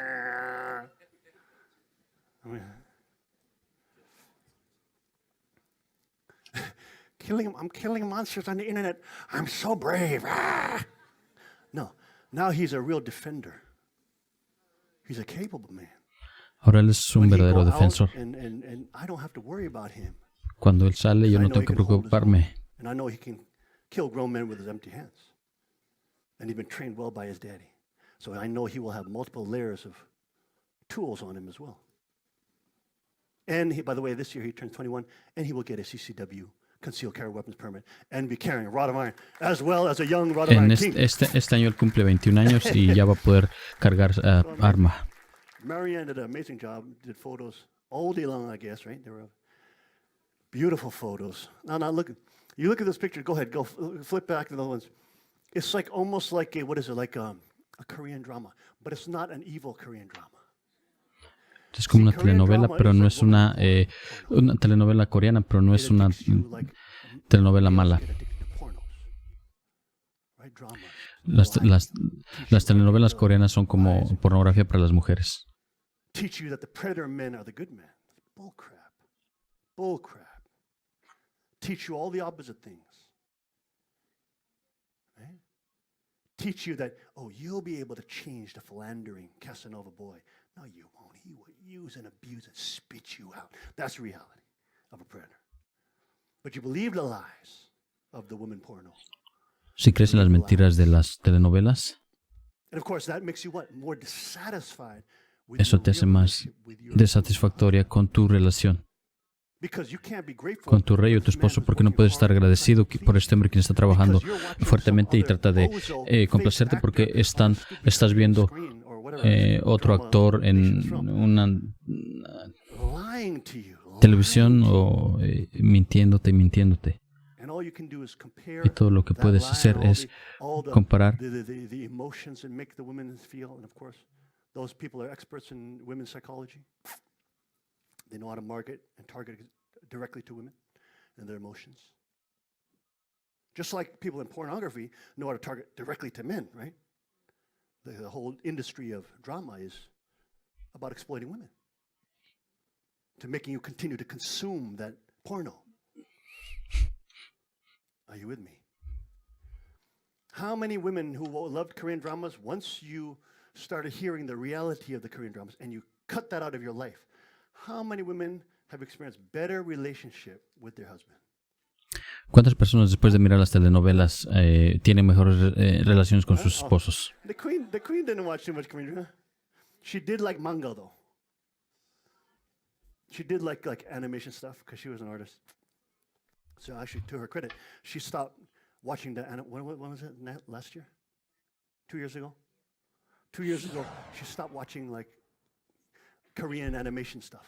Because that was like, when she had downtime, sometimes she wanted to relax, just, that's a world she knew. But she did analysis on all the things. She even did a presentation to the young people. All the characters in that thing, in all those dramas, in all those little mangas, number one, they're pagan. So you look at all the animation in Japan, all the stuff, it's all pagan-centered.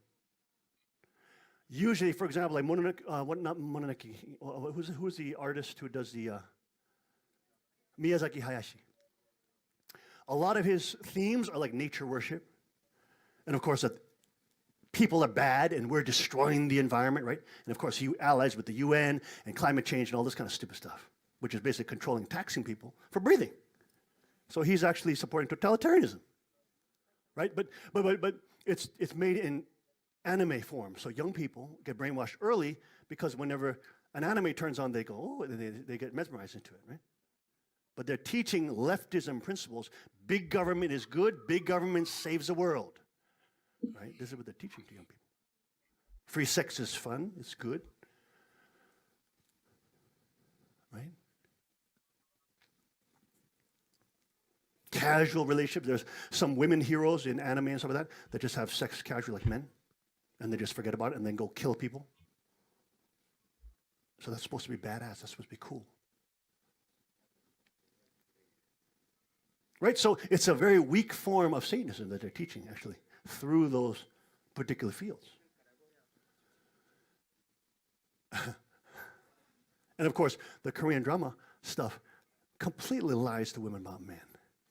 How many women experienced? Now, you Asian women, you got to be truthful now. Don't try to hide your hands. How many women experienced when you watched Korean dramas? ¿Cuántas de las mujeres cuando Angry at your husband? ¿Cuántas de las mujeres cuando ven los dramas coreanas las hace ser tener coraje con sus esposos? ¿Por qué? ¿Cómo puede ser que cuando ven algo que las hace sentir muy bien y las lágrimas los hace sentir muy bien? Él dio sus ojos por ella. Mi esposo ni siquiera recoge sus calcetas. En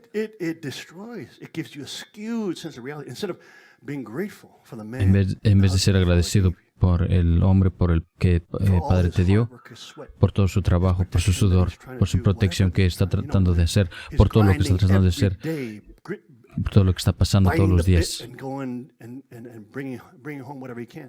y traer al hogar todo lo que se pueda, en vez de apreciar todo eso, cualquiera de esas cosas, llegan a que, él no me hizo sentir como el chico de la novela me hizo sentir, pero recuerden que él es un actor, él está mintiéndote completamente, es todo mentira. Y esa escena fue hecha por marketistas, al igual que la pornografía. It's designed to give you the dopamine hits. It's designed. Está diseñado para darles, para hacerlos esclavos, algo así. So in that environment, then when we see our husband, en ese medio ambiente, cuando ven a su esposo, no puedo sentir nada por este. Ya no siento que lo amo. La madre Han se llegó a ser adicta a esas novelas. Y ahora las mujeres están llegando a ser débiles. Amongst men's pornography for now, women is growing. Did you know that? Because they're becoming so wicked. They're now devaluing themselves. Now they think watching people have orgies with their spouse is fun and cute and trendy, when it's now destroying your husband. Are you with me, folks?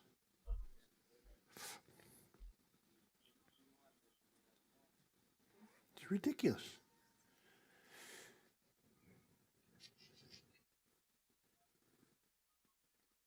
But what's so wonderful about the blessing is that lo hermoso de la bendición es que godly Korean dramas that God can watch. Dios guía a las damas coreanas. Dios puede mirar.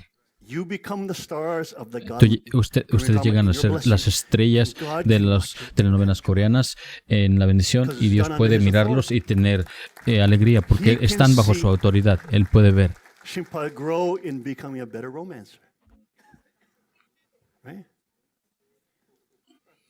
And true father, even some people saw the vision when they got blessed. Father was dancing on the waters in the waterfall. His spirit was dancing. So much joy. I'm not trying to give them a lot of pressure or anything, and I'm not saying they're perfect. They're not. But you know what I'm saying. The point is, these young couples are going to bless Shigeru's couple, Sungyo's couple, right? Who else we got? Yuna's going to be blessed soon. Yuna Kurita going to be blessed soon, right? We got all these beautiful couples.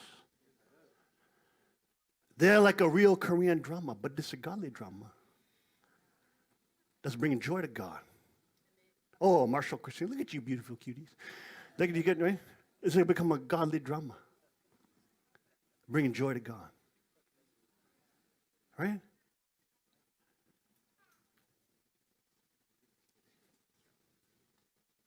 All right, put that picture down. Put that down. I don't want to see it anymore.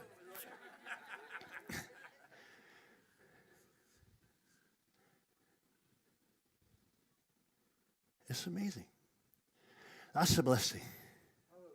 Now, does it mean they want to? No, they have to put work in. They have to put work in. Because any of these beautiful young couples, Satan will be double time trying to destroy you. Deben que trabajar fuertemente porque cualquiera de estas parejas jóvenes, Satanás va a venir y atacar doblemente. Satanás va a tratar de destrozarlos desde dentro.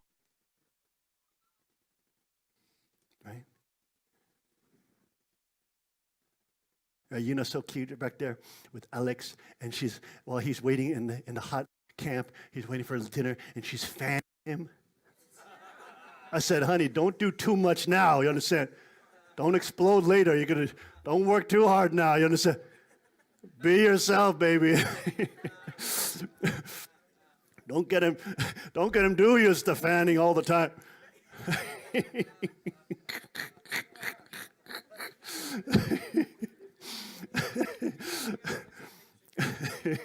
She has a good heart, and Alex is he's so cute. He's like he's getting he's such a cute, fiance and couple. Not yet blessed, so you have to be careful. Always be careful. The devil tries to destroy you right before the blessing. Satanás trata de destruirte exactamente antes de la bendición. So be very careful. And you can do it. It's not hard. Just be aware. You have to be aware that the devil is trying to destroy you. Tienes que estar al tanto de que Satanás quiere destruirte y vas a estar bien. Vas a tener éxito. But it's amazing. God from heaven can watch Dios desde el cielo está mirando a nuestras parejas. In a beautiful, natural, drama. En una telenovela hermosa, natural. Las parejas tienen que trabajar en ello, entrenar juntos. Es importante que estén bien parados y entiendan la palabra, entiendan el entrenamiento, entiendan el crecimiento. Las parejas tienen que estar. La mujer tiene que entender mejor al hombre, el hombre entender a la mujer. El diablo va a tratar de agarrarte con cositas tontas, los va a hacer pelear por cositas sin importancia, que los va a querer hacer separarse. En primer lugar, es difícil entender los ataques del enemigo, pero a medida que continúan van a poder identificar cuando el enemigo quiere tratar de destruirlos. ¿No es eso verdad? Es verdad.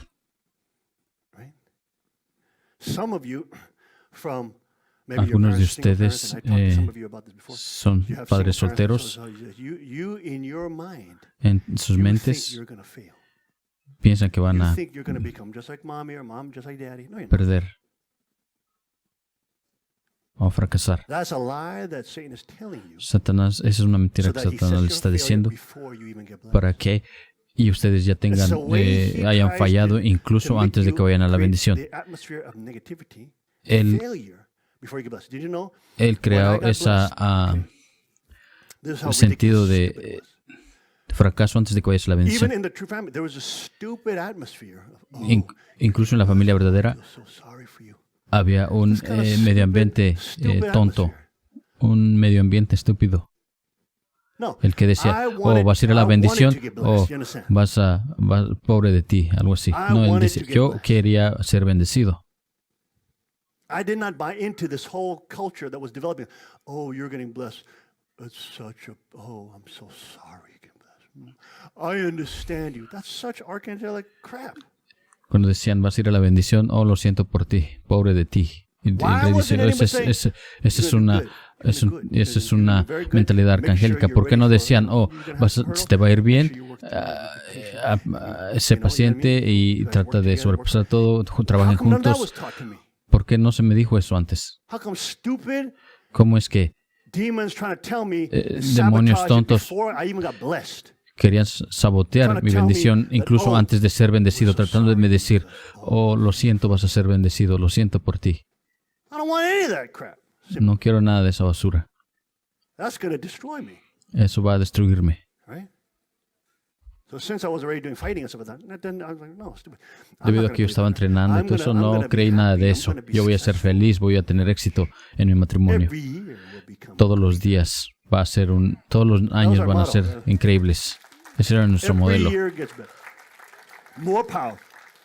Cada año va a ser mejor, más poderoso, energy, más energético. right? More spiritual blessing. I approached with that kind of mindset. So Father was so happy. Yo continué con esa clase de mentalidad. Así es que el padre estaba muy contento porque por primera vez él estaba teniendo este hijo menor, estaba muy gustoso de bendecirse. El padre me preguntaba siempre, ¿quieres bendecirte? Y el rey dice, sí, padre. Y entonces el padre verdadero estaba muy contento. Él le gustó mucho eso, el hecho de que yo estaba muy energético y estaba muy listo para ese reto. Sin importar quién fuera que padre me diera, no importaba. Voy a ser victorio en la bendición y mi bendición va a ser poderosa. Yo tenía esa confidencia y seguridad en mi mente como sujeto de la casa, del hogar, como hombre del hogar. Y la reina lo sabe, no importa. Y yo le dije al padre, no tengo... Cualquiera que me des no importa. Quien sea que me des no importa. No importa con quién tú me cases. Esa bendición va a ser victoriosa. El punto es que es muy importante, especialmente si tú eres el esposo.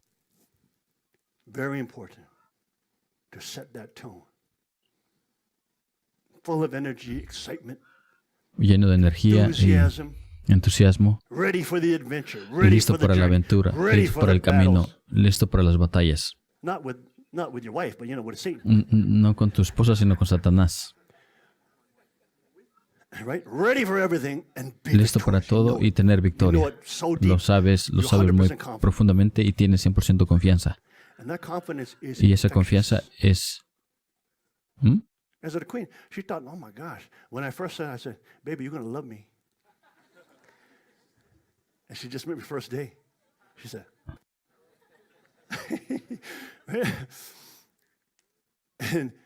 but it's true. It came true. Right? Because my joy was seeing Father reacting to that, and I was getting so much. Mi alegría era ver al padre reaccionar con respecto a eso, porque él estaba muy contento cuando tenía confianza y estaba fuerte en ello. Y tenía confianza, porque significa que tengo confianza en la bendición del Padre. This boy, sing a song, or and he asked me the same question every time. He make me go, "You want to get married, right?" Siempre me hace esa pregunta. ¿Y quieres casarte? Y el rey decía, sí, padre. Entonces el padre verdadero se ponía muy contento y él podía sentir esa energía allí y eso le daba más fuerza al rey para y decir que Satanás no le podría hacer nada en su bendición. But maybe it's just dealing with a lot of alpha sisters or something like that. I had, if I can deal with that, I can deal with any woman. You know what I mean? There's no girl who's going to surprise me. Okay. But, you know what I mean? So there's this. But there was this, it was so important. And the Father could feel that. He felt so much joy from that. I could feel the joy, but again, I didn't want to be deluded. I didn't want to just pump it up and then not deliver. You know what I mean? So even when I always, same in fighting too. If I want to get good in fighting, I have to train the stuff that really works and that learn real knowledge. Right? So for example, we read a lot of books on, relationships and books about men understanding women. This is very important to study. Because sometimes at that time, you don't get any of that from the church. Nobody's talking about that. Nobody's giving, right? All you first-gen experience that. Nobody's instructing you on anything. You don't know what the heck you're doing. Yeah, I know, I understand. So I would go after it, and I would take the initiative. It wouldn't be the queen trying to bring me books about, oh, honey, this is how we could understand one another a little more.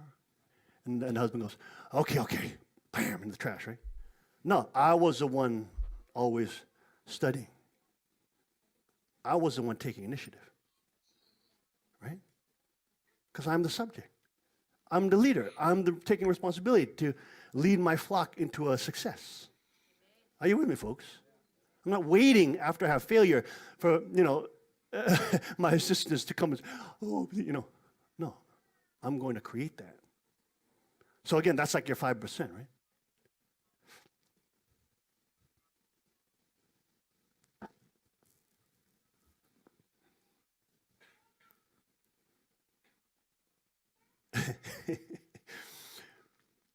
But this kind of stuff is so important because I found in even life faith with Father, when he saw me and the Queen and how strong our relationship, it brought him so much joy. Cuando el padre veía nuestra relación, le daba mucha alegría.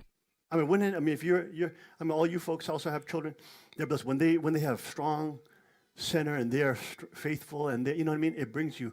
How much joy does that bring you, huh? It's everything, isn't it? It's everything. ¿Cuánta alegría les brinda que sus hijos sean fuertes?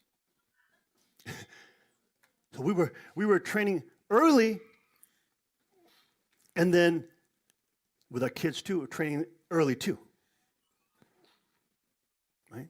So many of now we have some new babies coming in. Christina's baby, we got Kyle and Della, just had a baby, and they're moving to Pennsylvania probably in next year or something like that, right? Very, very soon. So we're gonna have a new, so we're gonna have a whole bunch of babies, Sung-Hyo Ian, I heard been working very hard to have a baby or some of that. There's a little rumors that go around, you know what I'm saying? Okay, people have a baby, right? So I understand, yeah, the moms they want to come training, so they come back, we're gonna create a system so the moms come training babies, and then, we'll train the kids as, more, not real offensive stuff, just defensive stuff and coordination drills, of that. But we'll make a program for real young kids to train, so that the moms are not punished, right? The moms can bring their kid and come to training. Hay muchas parejas ahora que van a tener bebés. Ahora muchos tenemos que crear un sistema en el cual las madres puedan venir a seguir practicando y a la misma vez sus hijos puedan ser cuidados y también enseñarles, ¿no? The baby is on the way. Right? So then it's so important now, they're a young couple, but they're hearing this stuff early. Before the child even arrives, they're hearing this. They're hearing about do your duty, do your Antes de que los niños nazcan, los niños ya están escuchando que hagan su entrenamiento con el rey. One-on-one days. Break up that sibling rivalry. Right? You'll see, you only have one kid, you're going to be so stressed. Si tienen solamente un niño, van a ser muy estresados. They give actually moms some rest, especially as they grow. But you got to make sure you're training with them along the way. You got to make sure you are involved in their training. Tienen que estar seguros de estar envueltos en su entrenamiento y no los lleven a un daycare. ¿Creen que sus hijos quieren que los extraños los cuiden? No, ellos quieren que ustedes los cuiden. O que las escuelas gubernamentales les laven el cerebro y los traumaticen.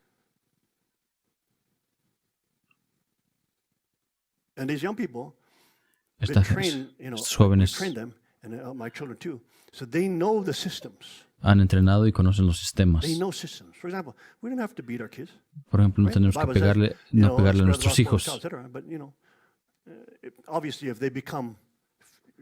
they're trying to hurt mommy or something, they're going to get really beaten bad, right? They know daddy's a ninja. They're going to be in big trouble, right? But, I mean, it never even comes to that, right? They were able to learn consequences, right? And you all heard this. They learned consequences. We train the kids young, so they learn consequences for their actions, right? But the parents have to be in control of their emotions, right? You have to be in control of your emotions. So when the kids are playing around some of that, then you give them warnings, right? Nice. Okay, warning 1. Remember, warning 3, time out in the bathroom, right? This kind of stuff. Because the Bible also says, do not make your children angry at the Lord. And a lot of parents abuse their authority and generate kids who are angry at God. And that, of course, is a balance, right? You don't want to, when you raise children, you have to train them enough to understand consequences, but you don't want to rule over them like a tyrant so they feel angry towards God, right? Because you're like almost in God's position over them as parents, right? The Bible gives you that warning, right? So our kids know, for example, Mommy and Daddy didn't have to. We don't freak out. I mean, I spend my time choking and fighting real adults. I don't need to fight a little baby. This is ridiculous. It's ridiculous, right? It's so ridiculous.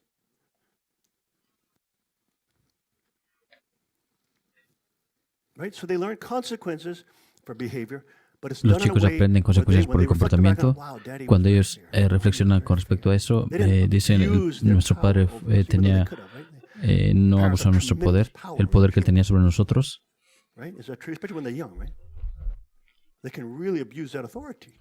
Los padres pueden abusar de su autoridad en contra de los hijos. Es algo que ustedes no quieren hacer porque es difícil para los niños de creer en el reino de Dios también. Porque el reino de Dios no es acerca de la tiranía. Are you with me, folks? How come it got so quiet all of a sudden?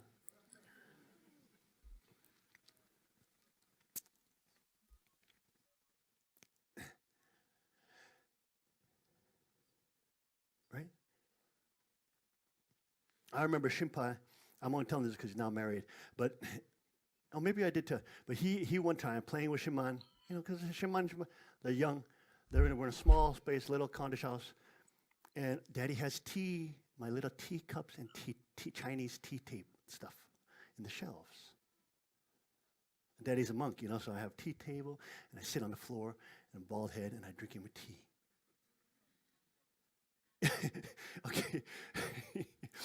Now, they're playing in there, like kids do, and running around the kitchen. It's a very tiny space, Okay, they're running around. Oh, my goodness, a ball is flying around. A ball. It's flying around. All right? And these pots are, they're made out of very, very delicate, like earthen pots, very thin. And all of a sudden, you hear the clack, clack, clack, clack, clack, clack, clack, clack. And everybody's, oh my gosh, right? The eyes blacken. Camera zooms in. The eyes.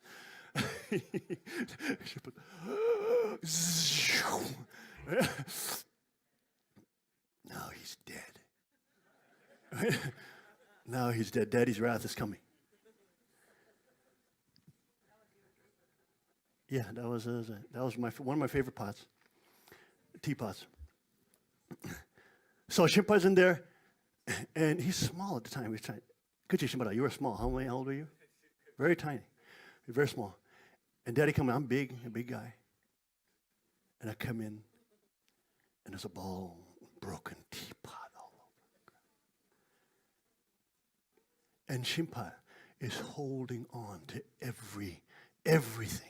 He's looking at me like, completely absorbed in what Daddy will do. You understand what I'm saying? See how important that moment is? That teachable moment, Eric? If you lose control, you've lost a teachable moment. You've lost a very important moment to demonstrate godly love. Consequence, yes, but godly love and patience. Are you in that spot, right? And then the whole zoom in camera is like, whoosh, and Daddy goes, right? In that moment, if Daddy was freaking, you piece of shit, another. Oh, you understand? You understand? It would have devastated him. You understand? Because he's putting out his whole trust. He know he did wrong. You understand? But in that moment, he's waiting. How will I be dealt with? Are you with me, folks? Now, even at that time, I'm a martial artist. I can do whatever. I can. A little child. Get a joke. If I wanted to, I could beat him like there's no tomorrow. Did I ever beat you? Could have beat him. I know how to wield sticks. I know Kale Eskrima.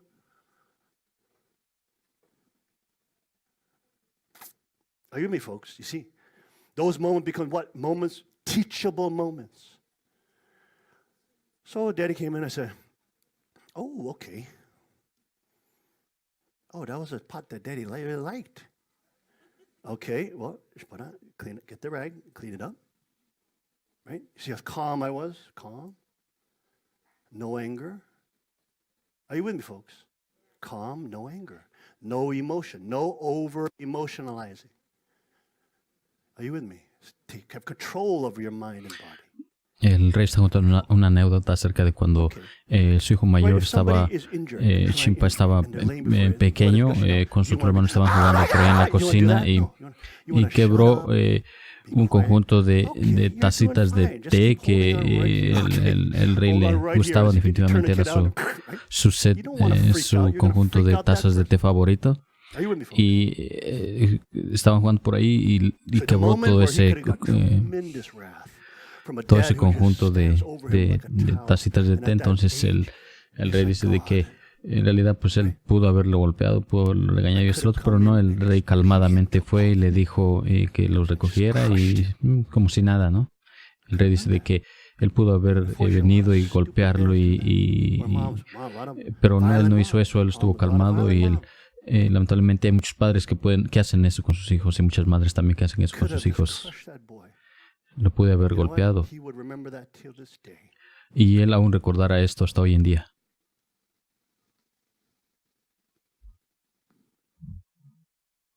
Why? Because I wouldn't have the one moment, teachable moment, lost control.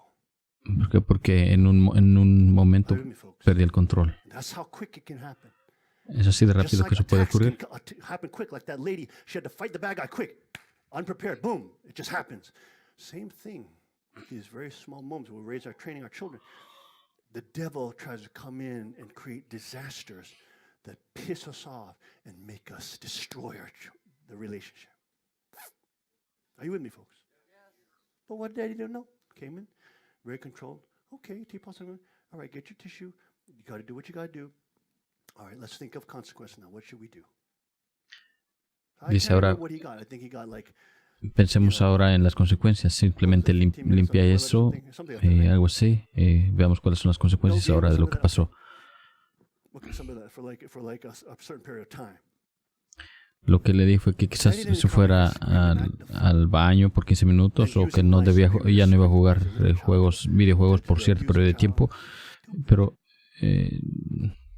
creo que eso fue lo que hice, pero no vine y lo regañé y le pegué. I can brutalize grown people. I don't need to brutalize. You know what I'm saying? You know what I'm saying?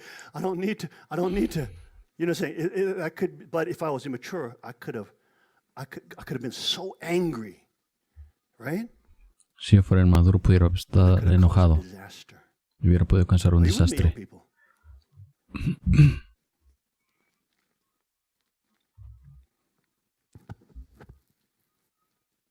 It's in those moments that God gives you a teachable moment. Boom. So Shimpa did learn about consequence, right? But what did he learn? He also learned what? That more important than the teapot is my daddy's love for me. Pero lo que aprendió más importante es de que, aparte de las tazas de té, es más importante el amor del padre que las tazas de té. A pesar de que el rey amaba esas tazas de té. That's what he learned. Right? And so I know he will replicate that for his children. Because in that moment, a teachable moment, very important moment, God gave me in that particular instant. I had to overcome it well. Quizás yo me puse en una exposición para poder sobrepasar eso con las emociones. También tienen que enseñarles las consecuencias, pero al mismo tiempo enseñarles que su padre los ama y que su relación es preciosa. Aunque la taza de té era muy buena, Are you with me, folks?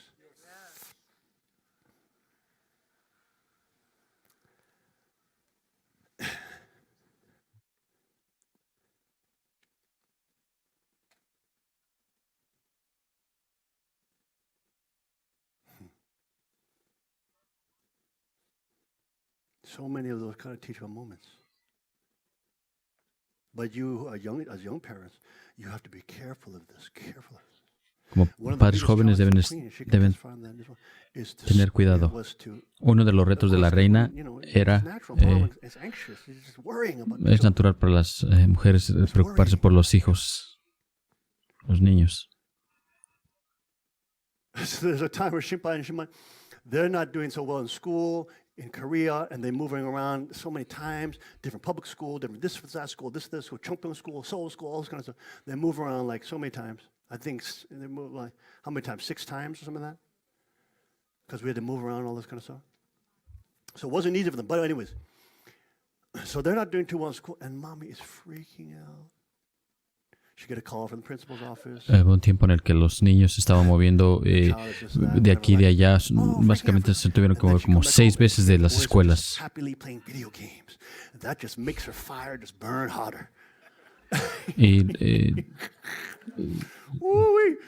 la reina recibía llamadas telefónicas de los de la escuela, ¿no? Que sus hijos lo estaban haciendo bien. Wanted to just decapitate these boys. Just, I want to murder them now, right? And she was hovering. Boy, they're playing their little video games on their little desk, and she's just behind there hovering. And Daddy says, I saw her. I said, "Mommy, come here, come on." Y ella los veía jugando juegos y ella se enojaba completamente, se enfurecía por el hecho de que ellos no estaban haciendo bien en la escuela y solo estaban jugando videojuegos. Entonces el rey la vio que estaba completamente enojada y el rey le llamó y le dijo, vente, vamos a tomar una taza de té. And oh my God, my children, making them look so bad, and what all the women will say, and all this. It actually has less to do with the child. It has less to do with the child and more to do with other women. Isn't that kind of weird? Is that true, moms? Yeah, you know what I'm talking about, right? So it's really not even about the child, which is kind of crazy. It's more about like, you're making me look bad, sucker. Right? But for the queen to get over that is hugely difficult. Because why? Even her mom did that. In Korea, para que la reina pudiera sobrepasar eso era difícil. ¿Por qué? Porque su madre lo hacía con ella. So basically, if she's an immature mom, si es una madre inmadura, it's just all love. Es todo amor. Which, by the way, that doesn't help the moms become more mature, by the way. Right? Eso no ayuda a las madres a ser más maduras. Si estás haciendo algo de nivel bajo y te sigo diciendo, oh, estás haciendo un buen trabajo, no te ayuda. ¿No es eso cierto? Right? Doesn't help. But like in Korea, it's like that. So moms almost kind of get away with it. About it being extremely, it's called helicopter mom in Korea. I'm sure other Asian countries have this as well, right? The Philippines probably have it, right? Japan definitely has it, right? But kind of the society allows that to just, you know what I mean?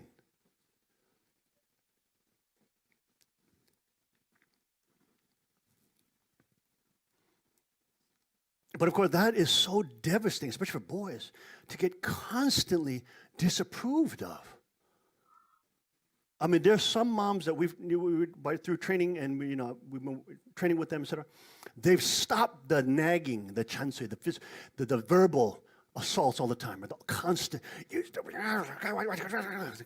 that kind of stuff. They've stopped that. But then there's this next level of silent disapproval. Well, I'm obeying the second king. I'm not saying a word. It's this, and especially the boys, they're like, "Oh Lord, here it comes again." They don't want to come down. They don't want to eat. They don't want to eat dinner. Everything they do then becomes disapproved of. That's a bad environment to have in your home, folks. Bad. Now, I can't be an idiot and just do whatever the kids do. It's wonderful. Oh, that's wonderful, honey.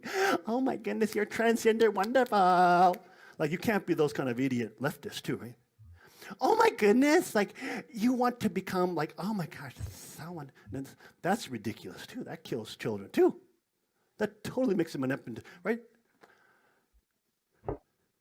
But I mean, raising them up with standards and values and understanding consequences and understanding to keep promises and all those kind of things. But at the same time, teaching them about not being tyrants. The parents are the ones that teach them that, right? To still give consequences and still teach right from wrong without being a tyrant. Are you with me, folks? Right?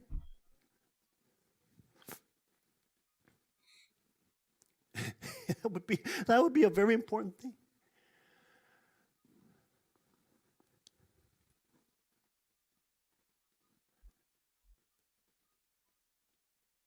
So that was a huge difficulty. I mean, and I give full credit to Queen. She put her effort. Lo que el rey está comentando ahorita es acerca de cómo la reina tuvo que lidiar con los hijos, juntos tuvieron que superar la relación con los hijos y eso. She respects her sons. So what does she do? She asks them, or Shimpa or Shimon, whatever, I have to talk with you about something. When is a good time for you? Tomorrow, 6 o'clock? Just 30 minutes mommy needs. This is how much respect she shows the boys. You understand? Because one thing man hates is when somebody jumps on them. I need to talk to you now. No. That's what happens, usually. What do you mean you got to talk to me now? No, I'm doing something. You're not doing anything. You're playing video games. No, I'm doing something. You know, seriously, stupid stuff like that. Right? Are you with me, folks? Men have something called the downtime, or nothing box is sometimes what it's called. They want to, what are you doing? Nothing. You're doing something. No, I'm doing nothing. Right? That's what Mark Unger calls a nothing box. Man, but basically it means man needs some downtime sometimes. And just to zone out a little bit. Right? So my boys, they do play video games once in a while, you know. Maybe a little more than they should, but anyways, but much better than before, okay? Much better than before. Right? But they need some downtime. But in that downtime, if the wife is constantly saying, I need to talk to you right now, it's an emergency. Okay, and maybe the first couple times because they're loving and okay, honey, what is it? Well, you know what? Those socks that you don't put in the hamper, you have to do that. How can we live if this is like this? It's like a rat's den. It's like Master Splinter will jump out of the corner at any time. And the Ninja Turtles will start spinning around, whatever the case may be, right? Stupid stuff. And then the man is saying, are you kidding me? You stopped me for something stupid like this? And now they're going to put the socks and the underwear on the floor on purpose.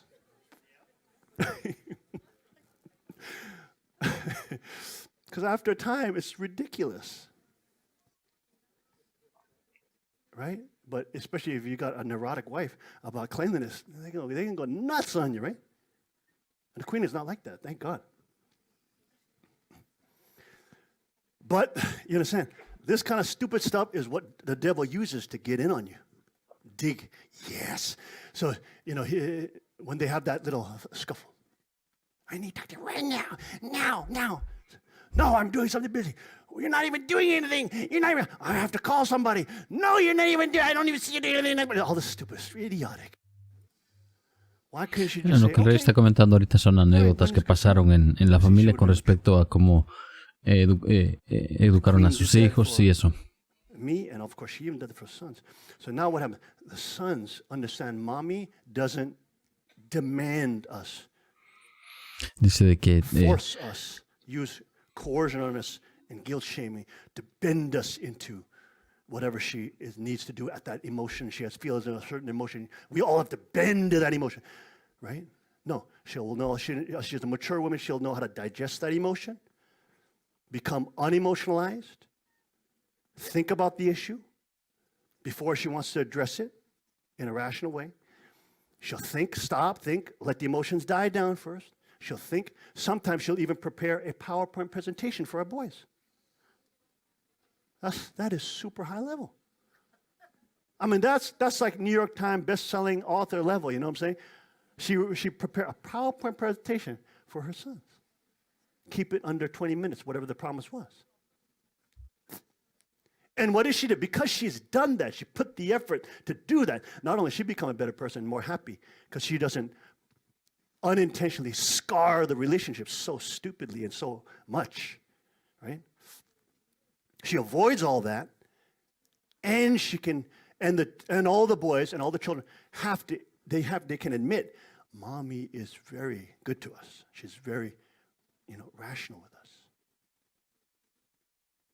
You see what I'm saying? She gets so many benefits for having dominion over her mind and body. You see what I'm saying, girls? You see what I'm saying? So you may think it's important for men to have mind-body unity so they don't, hit women or whatever. It's critically important for you girls to have mind-body unity too. Because even though you don't strike people physically, you can be extremely wicked with words against your children. Terrible. You can be super, super caustic. Digging and tearing at your boys. Stupid stuff. Now, that, of course, is going to kill your sons. It's going to really harm them. It's going to really, really harm them. Si regañan a los hijos, los van a dañar. So, our parents, very important, have that mind-body unity. Como padres es muy importante tener esa unidad de mente y cuerpo y controlar las emociones. Interesting. You don't develop a high-level marriage and blessing because you all are just always happy to see one another. No, it comes through effort and training and good work. A través del entrenamiento, del trabajo fuerte, es como desarrollan una familia creativa y feliz. It takes your effort, it takes your consciousness, it takes your focus. Toma enfoque, trabajo, paciencia, enfoque. It takes a husband to be patient with the wife and Toma el esposo sea speak to her in loving ways. paciente con la esposa y hablarle de forma amorosa. There's a discipline on the wife to Toma disciplina en la mujer para poder hablar al esposo trust me, you're not going to change your man respetuosamente. by nagging the crap out of him. You will not. No vas a Over time, cambiar, he's gonna no be vas more and a more cambiar a angry, tu esposo more and more bitter, and regañándole y do not do that, girls. diciéndole en sus Don't caras todas sus commit cosas. stupid sin of that. No cometan esa tontería de no controlar su boca. Los hombres es lo mismo también, pero las mujeres vent their emotions outwardly, usually. muestran sus emociones verbalmente, especialmente cuando se frustran con las personas. Of course, the problem is if your husband is a nice guy, which usually El problema es de Christian que men are, si tu then esposo you es think he may bueno, take it in the entonces beginning, just like your young sons, because you have authority over them, will take it. creen que su esposo Doesn't va mean they enjoy a it. tomar lo que Doesn't mean él that it won't hold it against no you significa de que later. Are you with me? lo disfruta y no lo va a sacar más adelante. The Bible says what? La Biblia dice, Power of life and death is in the tip of the tongue. el poder de la vida y la muerte está en la punta de la lengua.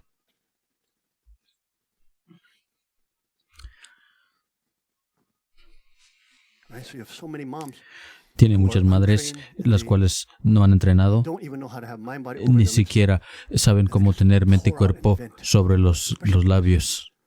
especially if they're control free moms and they're starting to see that this boy is hard to control. Especialmente las madres que Thinking that more tratan nagging will de ver control. que sus hijos son difíciles de controlar, más los regañan y piensan que regañándolos más se van a componer, pero es al revés, mientras más los regañan, más se van a alejar. Stupid. Because you never told reality. Porque nunca se les enseñó la realidad. Now, I understand for Ahora little entiendo, younger girls, moms para can las jóvenes, talk to them and if they explain to them some things and even las make them mamás les feel a little pueden guilty, explicar that's algo what y las usually pueden it does. hacer But boys, culpables y algo así. Las chicas podrían ser así, pero no los chicos.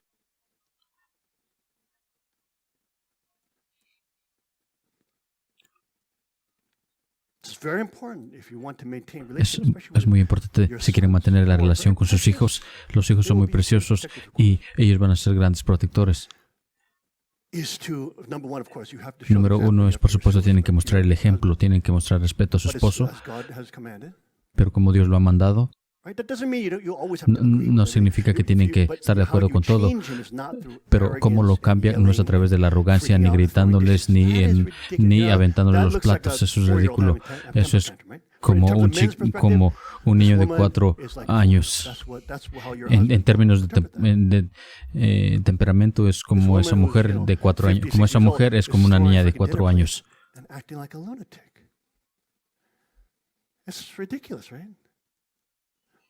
And would that create a happy environment for your children if they have to see that kind of crap on a daily basis?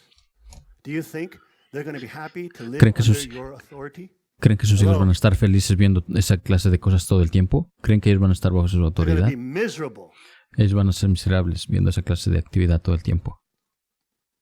Y para los chicos, ¿qué les enseña? El papá solamente toma ese abusamiento todo el tiempo. No le estamos enseñando a los hijos, sino creamos una cultura malvada o mala. Y sus hijos van a ser devastados por eso. Van a llegar a ser muy inestables.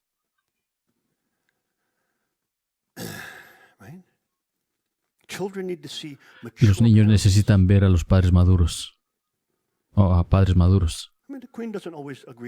La reina no está de acuerdo siempre con lo que digo o con lo que decimos que vamos a hacer. Una vez en Corea, no me recuerdo acerca de qué era, pero ella estaba de desacuerdo con algo y los chicos estaban mirando a su madre y al padre y estaban mirando al uno al otro y su desacuerdo el uno al otro y ellos estaban mirándose. La madre decía algo, ¿cómo el padre va a reaccionar? Él va a usar ¿qué es lo que madre va a hacer? Es como si ellos estuvieran viendo una película, pero es una película que les impactó sus vidas. Era tan devastador verlo. ¿Qué es lo que va a pasar? En su perspectiva, es, yo voy a morir porque mis padres se van a separar, entonces yo voy a morir, o es como un instinto de supervivencia. Ellos ven al padre y a la madre, qué es lo que está pasando, y después, ¿qué pasó? Ellos vieron, las emociones se calmaron, ellos vieron la discusión, también vieron la resolución. Cuando la reina fue criada, se les hizo creer pues, que no deberían pelear en frente de los hijos. A pesar de que ellos nunca pelearon en los niños, pero los niños podían entender que estaban enojados el uno al otro. Ellos pueden leer el medio ambiente. Ellos podían oler algo en el aire. Algo está ocurriendo entre mamá y papá. Están parados ahí, pero algo es extraño. Ellos sentían, ellos presencian algo. Y ellos también están tensos porque si hay tensión en la atmósfera, los niños también quedan tensos. ¿No es eso cierto? ¿Han experimentado eso? ¿Por qué? Porque dependen completamente de los padres. El medio ambiente que ellos crean es el medio ambiente en el cual al cual van a reaccionar.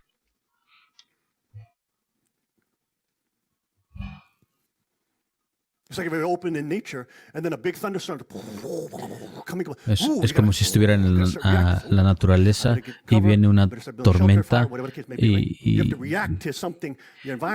tienen que buscar un lugar donde pasar la lluvia, tienen que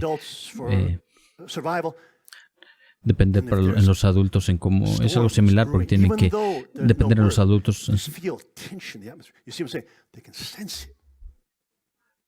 en la atmósfera. Ellos pueden sentirlo. Los seres humanos no fueron hechos para vivir continuamente en un estado de So when we're in a state of survival, Cuando estamos en un estado de sobrevivimiento, como estamos corriendo de un oso, estamos en adrenalina we completa. cannot live forever Pero no being podemos vivir chased by the bear. At some por point, it's siempre. going to drive us crazy, right? En algún Are you with me, punto folks? va a... You know, you got to have some peace from the bear. Tiene que tener At some paz point, right? del oso en You algún can't just punto. keep running and the bear is No always pueden right seguir behind corriendo y you, right, coming behind you. You will break down. Right? Do you understand, folks? We're not made to live in a constant state of survival. But for young children, because they're totally dependent on the parents, and they're, you know, in that tension, their survival starts kicking in. It's many times the reason why kids blame themselves for when their parents divorce, right? Because they believe that, oh, if I just did something better, it would have solved these immature people from divorcing, right? Which, of course, is not true.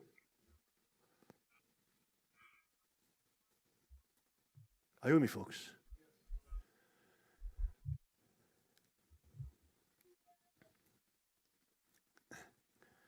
So that spiritual atmosphere is very important, even your home. It's a godly atmosphere, but it's an atmosphere where there's rest and there's peace, right? Not right. You can't live like that, right? Is that true? Can you walk around always right? You can't. You see what I'm saying? You got to relax sometimes. just, you know, is that true? The same thing. When we have children, same thing. You know, all the young couples now, you prepare for children. You have to now level up in this universe. Now you got to level up in this. I'm telling you in advance. Are you with me, young people? I'm telling you in advance, so you understand. At least you have glimpses into this. This is going to help you. That's why it's important to create like a very happy atmosphere. Es importante que crean una atmósfera feliz. See, even when the kids were young, because Daddy is such a big presence when they're small. You know, I'm big, and I look kind of scary, especially with a bald head and all that kind of stuff. You know what I mean? So for a kid that small, it's like, oh my, you know, it's when Daddy walks, it's a big presence, and that's his father. He wants to please, etc. Very scary, right? So children will, you know, especially boys, they were like, oh, what's Daddy doing? They were watching you. They'll be seeing, is Daddy angry? They'll be trying to read you. If you have any sense of frustration, or why are these annoying kids looking at me like that, or why you have any of that, they will start feeling stress. And I'm saying stress is, we give them plenty of stress, but not unnecessary. Stress has a reason.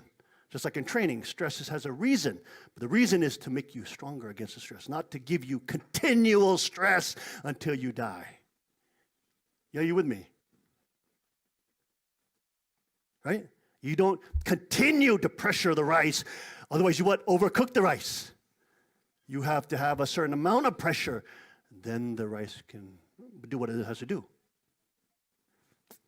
Right?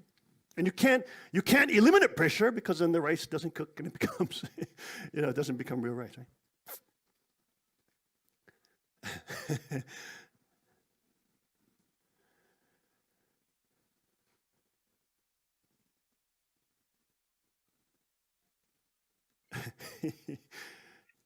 Now, for you all who are not blessed with it, but this is still interesting to hear about, right? It's interesting, because maybe you can reflect back on your own home experience and decide, oh, maybe when I get blessed, I got to make sure I keep a good balance.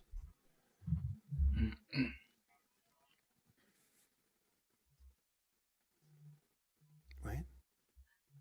And that's why, for example, even though the kids have responsibilities and they have consequences that come, but still, they know that Daddy's not going to act emotionally. I'm not going to freak out about something, right? Especially when it comes to, you know, correction or discipline. I'm not going to freak out about it. We're going to think about it, right? For the best way for that child. Many times my kid, well, when we have a consequence, we'll ask them, okay, what do you think? What should be the consequence for this? You see, we'll get them involved in it. It's not just Daddy mandating it from above, right? What do you think? What should be the consequence of this? What will help you to remember that you have to lock the doors or whatever the case may be, right?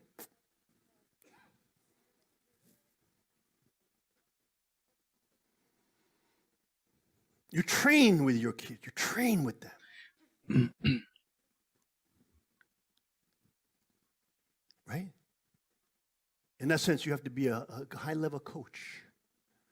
Deben ser You can't just push. You push entrenan your con sus hijos y athlete. What deben happens ser in any sport? You push your entrenadores athletes, de alto nivel. Si solo empujan a sus entrenadores, los van a matar. Is that true? Especially the harder the sport, right? Mientras más duro el deporte, For example, MMA fighters, can you por train if you ejemplo, have a fight? los Can you peleadores train de hard sparring artes every single day? marciales No, because you'll start mixtas, calcifying your brain will start calcifying. You'll start developing soft tissue right around your brain and actually make you more susceptible to knockout. So only train 1 day hard sparring. 1 day. Do you see what I'm saying?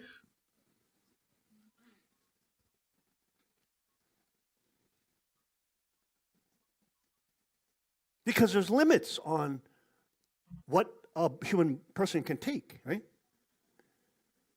So you have to understand these things.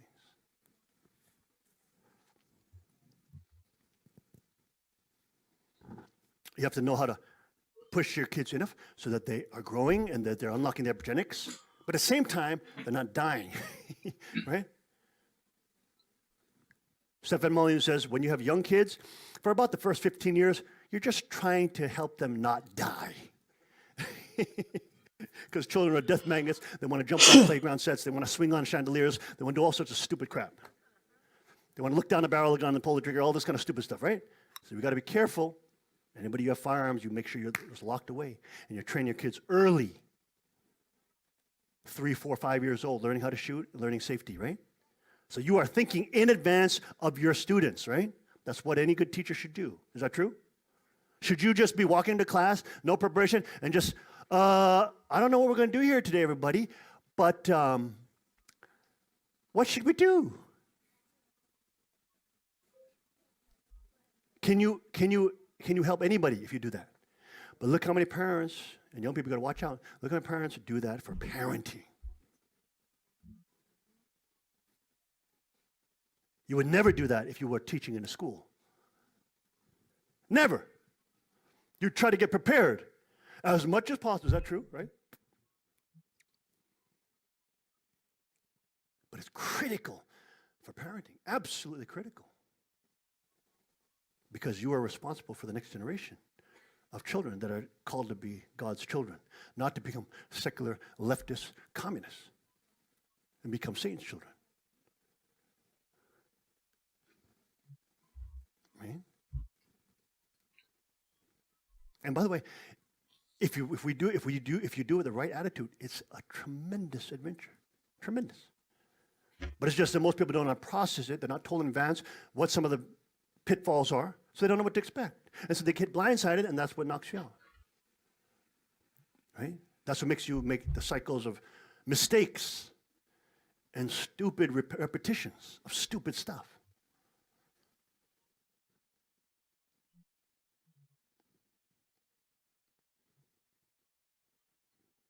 Right? So we don't want to do that. We want to be high level for God. We want to be high level in our marriages, right? Because number one, we're going to benefit greatly from it. You have a high level marriage, you are going to experience something that everybody wants, but you mostly cannot have because they're so selfish.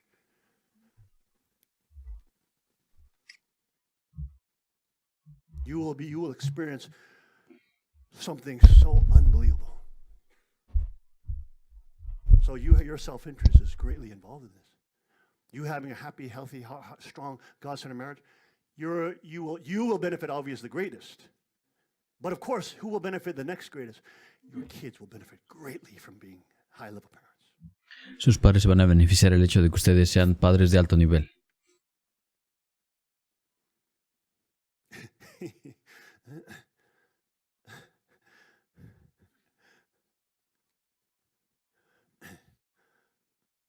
Our kids have fast nuchi. Like my daughter, she has very fast nuchi.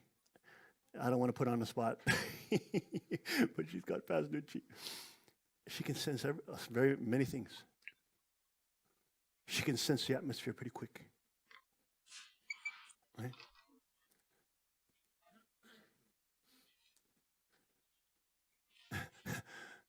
I remember when she was a baby, she got her first time, she got a consequence, and she had to sit on the toilet and take a time out. She was young. Miss Harechi, how old? 5? So she's first time she's testing daddy out. See if daddy really is going to punish such a cute little baby. Okay. It's not even a scary punishment, by the way. It's just sitting on a toilet, right? But anyways, I can't remember what she was doing.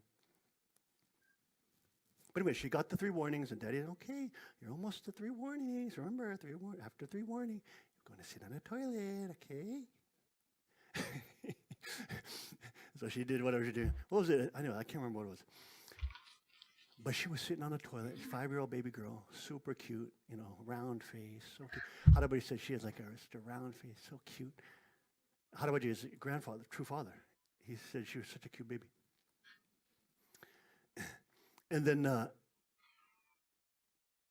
so she got her 3 warnings. She's sitting on the restroom, take time. But it's too scary in there because it's a bathroom, right? So daddy leaves the door open, just like that, just leave it open. Sliding doors, and daddy said right outside like this. Said right outside, let you really sit down on the ground. I'm saying, wait. She can see me. And then she's just using all her cuteness power. Just everything she got. Boom, boom, boom, boom, boom.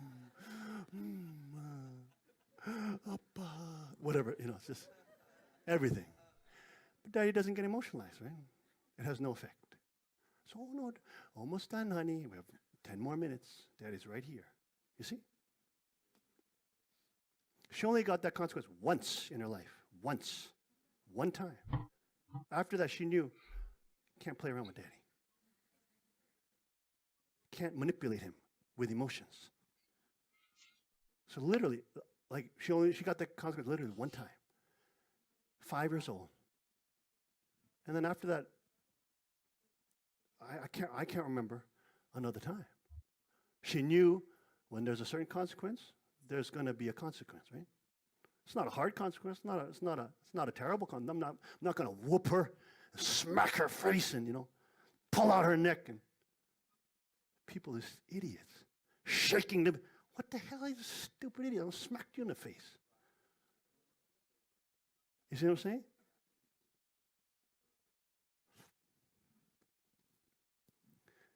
That's not even that hard. It's just sitting on the toilet, daddy's sitting right there.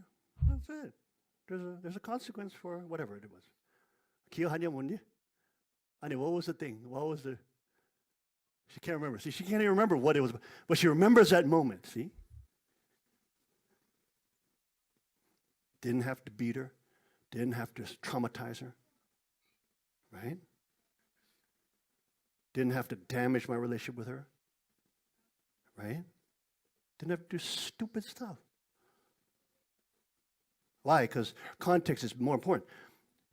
I want to enjoy lo que el rey está comentando solamente, repito, lo que el rey está comentando son anécdotas que ocurrieron con sus hijos, con su esposa, con la reina. ¿Ves? Lo que está comentando ahorita son anécdotas de relaciones familiares que tuvieron ellos, ¿no? Y cómo pudieron sobrepasar, o cómo él pudo sobrepasar ciertas instancias. If you can control them and you can handle them, if they're so easy to avoid. Why would you purposely try to destroy your relationship with your children, which gives you so much joy, especially as they grow and mature? They become a pleasure to be with, literally.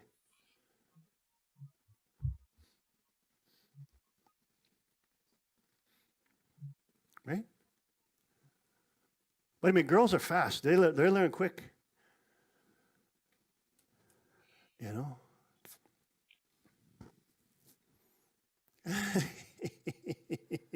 Some of our younger boys, sometimes they're a little more dense. But they learn too. And then they're training. So they train. And I couldn't believe it. These two, they're working all day long trying to paint Shimpan's room, his temporary room. You know? They're stripping the wallpaper off. They're painting the walls. He's going to live in here with his wife. They're painting the walls. They're in there all day long. You know what I mean? Because he gave them a lot of affection. He spent a lot of time with these young ones. You know? You know what I mean? He really goes out of his way to try to relate with them.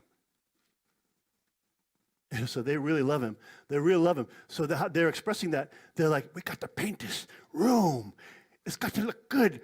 His wife has got to be impressed with this room.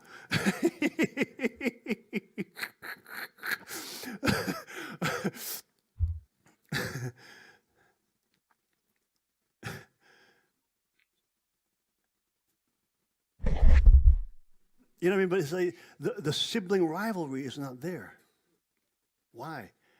Because every single one of these kids, we trained with them one-on-one, folks. One-on-one. You got to kill the sibling rivalry. Look, your kids are not bad because they're jealous, you know, they're sibling rivalry. Doesn't mean they're bad. It's just natural unless the parents take control of it. You understand, parents? Or young parents? If you only spend group time with your children, you will develop a lot of sibling rivalry. You understand, young parents? Or to be soon parents. Do not be stupid. Group time is nice time, yes, maybe for you. But for the children, it's a time of competition. Not because they're bad, it's just they want your love, that's all. It's just a natural thing. They want you. And there's only one of you, right? And there's 5 of them, or whatever, how many there are. You know, are you with me?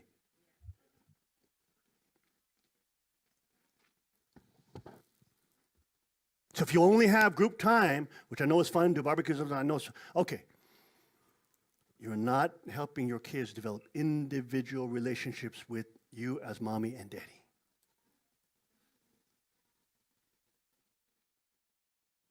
And the devil will use that against you.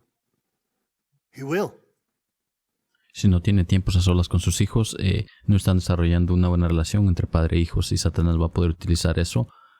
You want to train with each one of your kids. Tienen que entrenar con cada uno de sus hijos individualmente. Right?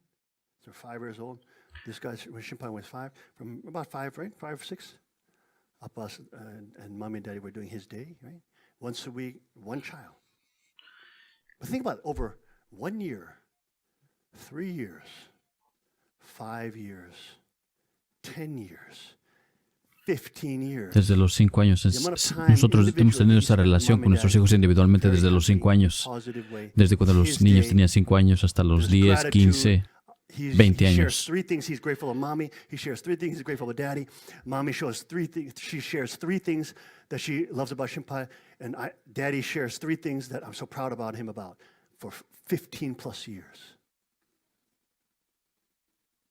You know how many kids, young boys, go throughout their entire life and never hear once from their father why he's proud of them? Not even one time.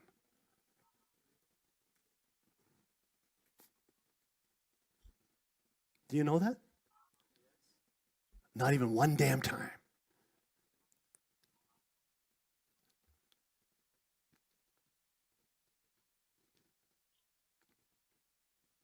Now, okay, if you had the choice and if you could choose, okay, I'm going to give that to my children, or I'm going to give them the positive experiences with their parents. Which one would you choose? If you knew in advance, right? Which one would you choose? Which one is beneficial for you and your children? Which one? Exactly, right?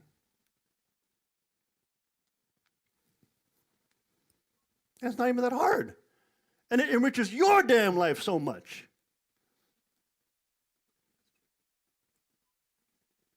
Right?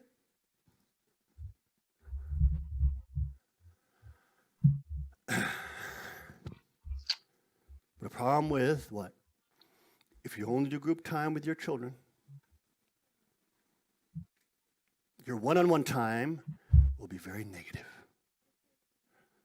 So most times that parents spend time with their children, one-on-one time is when mommy or daddy is getting upset at the child and telling them how sucky they are, whatever the case may be, right? So then it becomes memories upon memories upon memories of one-on-one time with bad experience with mom and dad. Are you with me, folks? How you're not adding up, how you're inadequate, how you're this and that, how you're not as good as your brother, or how you're not as good as your sister. You see what I'm saying? It's this kind of crap. Are you with me, folks? Satan will use this to drive wedges between you and your children, and he loves it. Every time you do that, he goes, yes, yes. He loves it.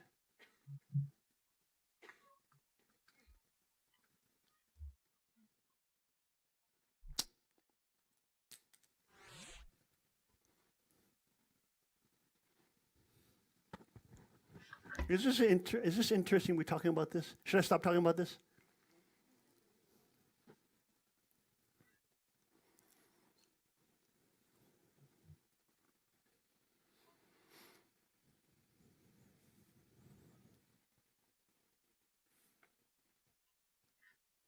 Train with your children. Train with them. Spend the one-on-one time. Once a week. 1 hour. Not even that hard. Not even that hard. Obviously, when it's younger, it's better. If you're trying to do it when they're now grown up and they have tons of resentment against you, you may have to wait 20 years. That's just reality. They're not going to be like, okay. Maybe some of them will, but maybe not all. Right? But if you know this in advance, right? Look at Hannah and Loretta, these girls, 12, 13 years old, they're hearing this now, right? So by the time they're getting ready to be blessed, 17, 18, whatever the case may be, then what? They already have a larger context of what to expect and how the devil will try to attack them and separate their children from them, right? Now, of course, there's no guarantee, but there's probability, right? You raise the probability of having stronger relationships. Right? When I teach these kids a technique, fighting technique, whatever, I tell them, did I ever tell you it's guaranteed to work? Have I ever taught you that? Young people, never, right? There's no guarantee. But you raise the probability. Greatly, many times, greatly, it's raised. Sometimes 3, 4, 5 times, 400% increase. Doesn't mean it's guaranteed, but it raises the probability greatly.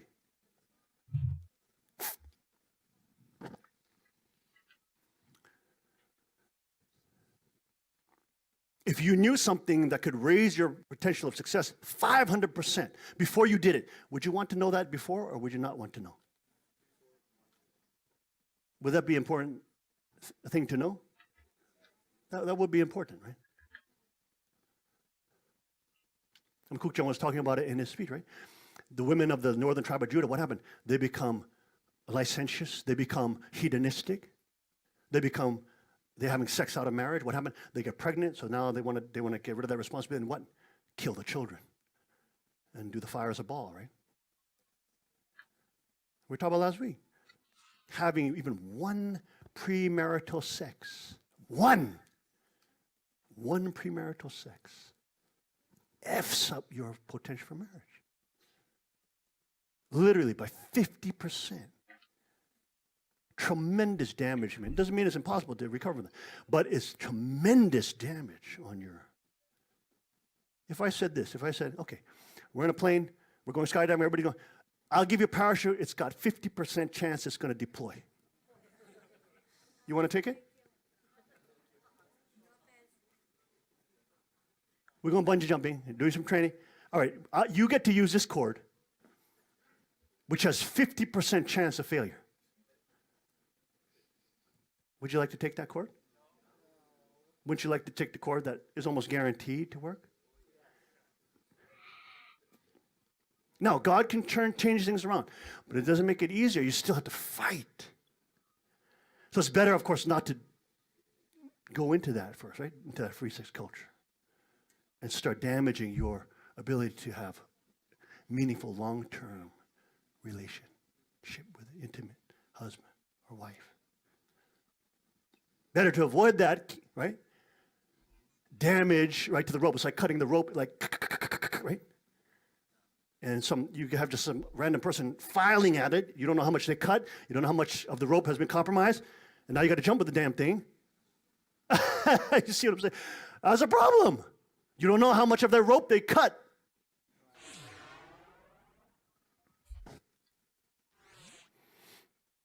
But you girls are told lies by arrogant, selfish, narcissist women like Candace, what's her name? Bulwark? Candace, what's her name? Sex and the City lady? Candace Bushnell. Candace Bushnell. What a wicked woman. Wicked woman. She makes millions of dollars off the stupid Sex and the City series. Probably heard about it, right? So it's a series where there's a single mom and there's some single ladies in their 40s. And the whole premise of the show is, we're gonna live like hotties, and we're gonna live like it's so amazing, like in the 40s, and we're single, we're dating, like, oh my gosh, it's so exciting. It's basically, of course, government propaganda for feminism, right? Which, of course, is pushing for socialism and for government control, and to take resources from men and give it to feminists. But anyways, the point is, she makes this thing. Now this evil woman, who's probably destroyed millions of women's lives, giving them terrible advice, making them believe in a lie that they can just live single and be 40 years old, everybody be attracted to them. Bull crap. Lies to these women. And then what happened? She's in the news 3 days ago, 60 years old. She says she regrets not having children. She made her whole career of saying, you don't need children, you don't need a man, you don't need any of that. And you can be happy woman, empowered, single, by yourself. Do it yourself. Own your life. Oh, this is ridiculous. You know what she said in that thing? She said, I'm lonely. I'm alone. All her other friends who had children, now grandmas, they're honored as matriarchs of their tribe. Why? Because they were stupid. Women are told in the 20s, you have to live the pleasurable life. Go play. You're only young once. You got to play. What that means, of course, is go into debt, honey. Woo, go into debt. That's what it means. Oh, you've got to see the world, travel. This Visa and MasterCard will give you the right deal. The bankers will give you the right deal. Just go into debt. You've got to see the world. You're only young once, you know. Just make sure you go into debt while doing it. So at the time when women are the most powerful, because in their 20s, they're the most vibrant, they're strongest at the time. And of course, they have the most potential for having children. Sir. At the point where they're the strongest and has the highest potential to make strong families, they're taught to be irresponsible, hedonistic, free sex culture, sleep around, travel the world, go into debt, and then become a slave. And that's supposed to be empowering. When every relationship you have out of wedlock potentially destroys your ability, makes it much harder to have strong relations with your husband. And then what? That will damage your children. See how that has a passed down effect? So instead of like a smart woman, wise women, who are starting to invest in their 20s, starting to understand the difference between assets, liabilities, women who are not emotionally just following stupid trends and how the brainwashers and the government is trying to pull them into socialism. No, but who are thinking. The one who is wise. The woman who's not being guilt-shamed. She wants to be a mother because she wants to raise the next generation. Well, the time to find the right husband is in the 20s, like Father said, 20s, and even Father said teens. Blessed in the teens. We were married in teens.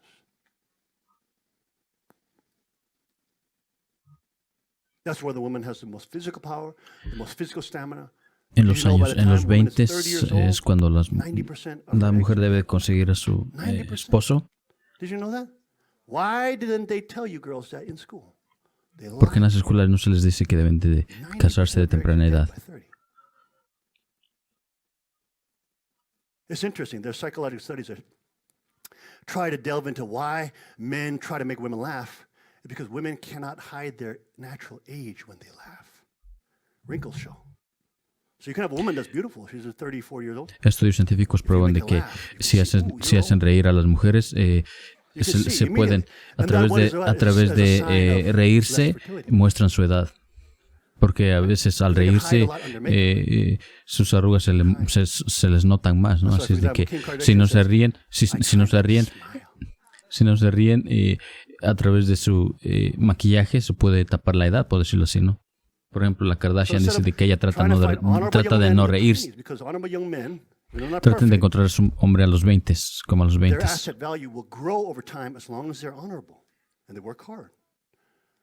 As they grow to 20, 30, 40, their asset value grows. Especially if they're hardworking and honorable people, right? Not philanderers, not playboys. Their asset value goes down.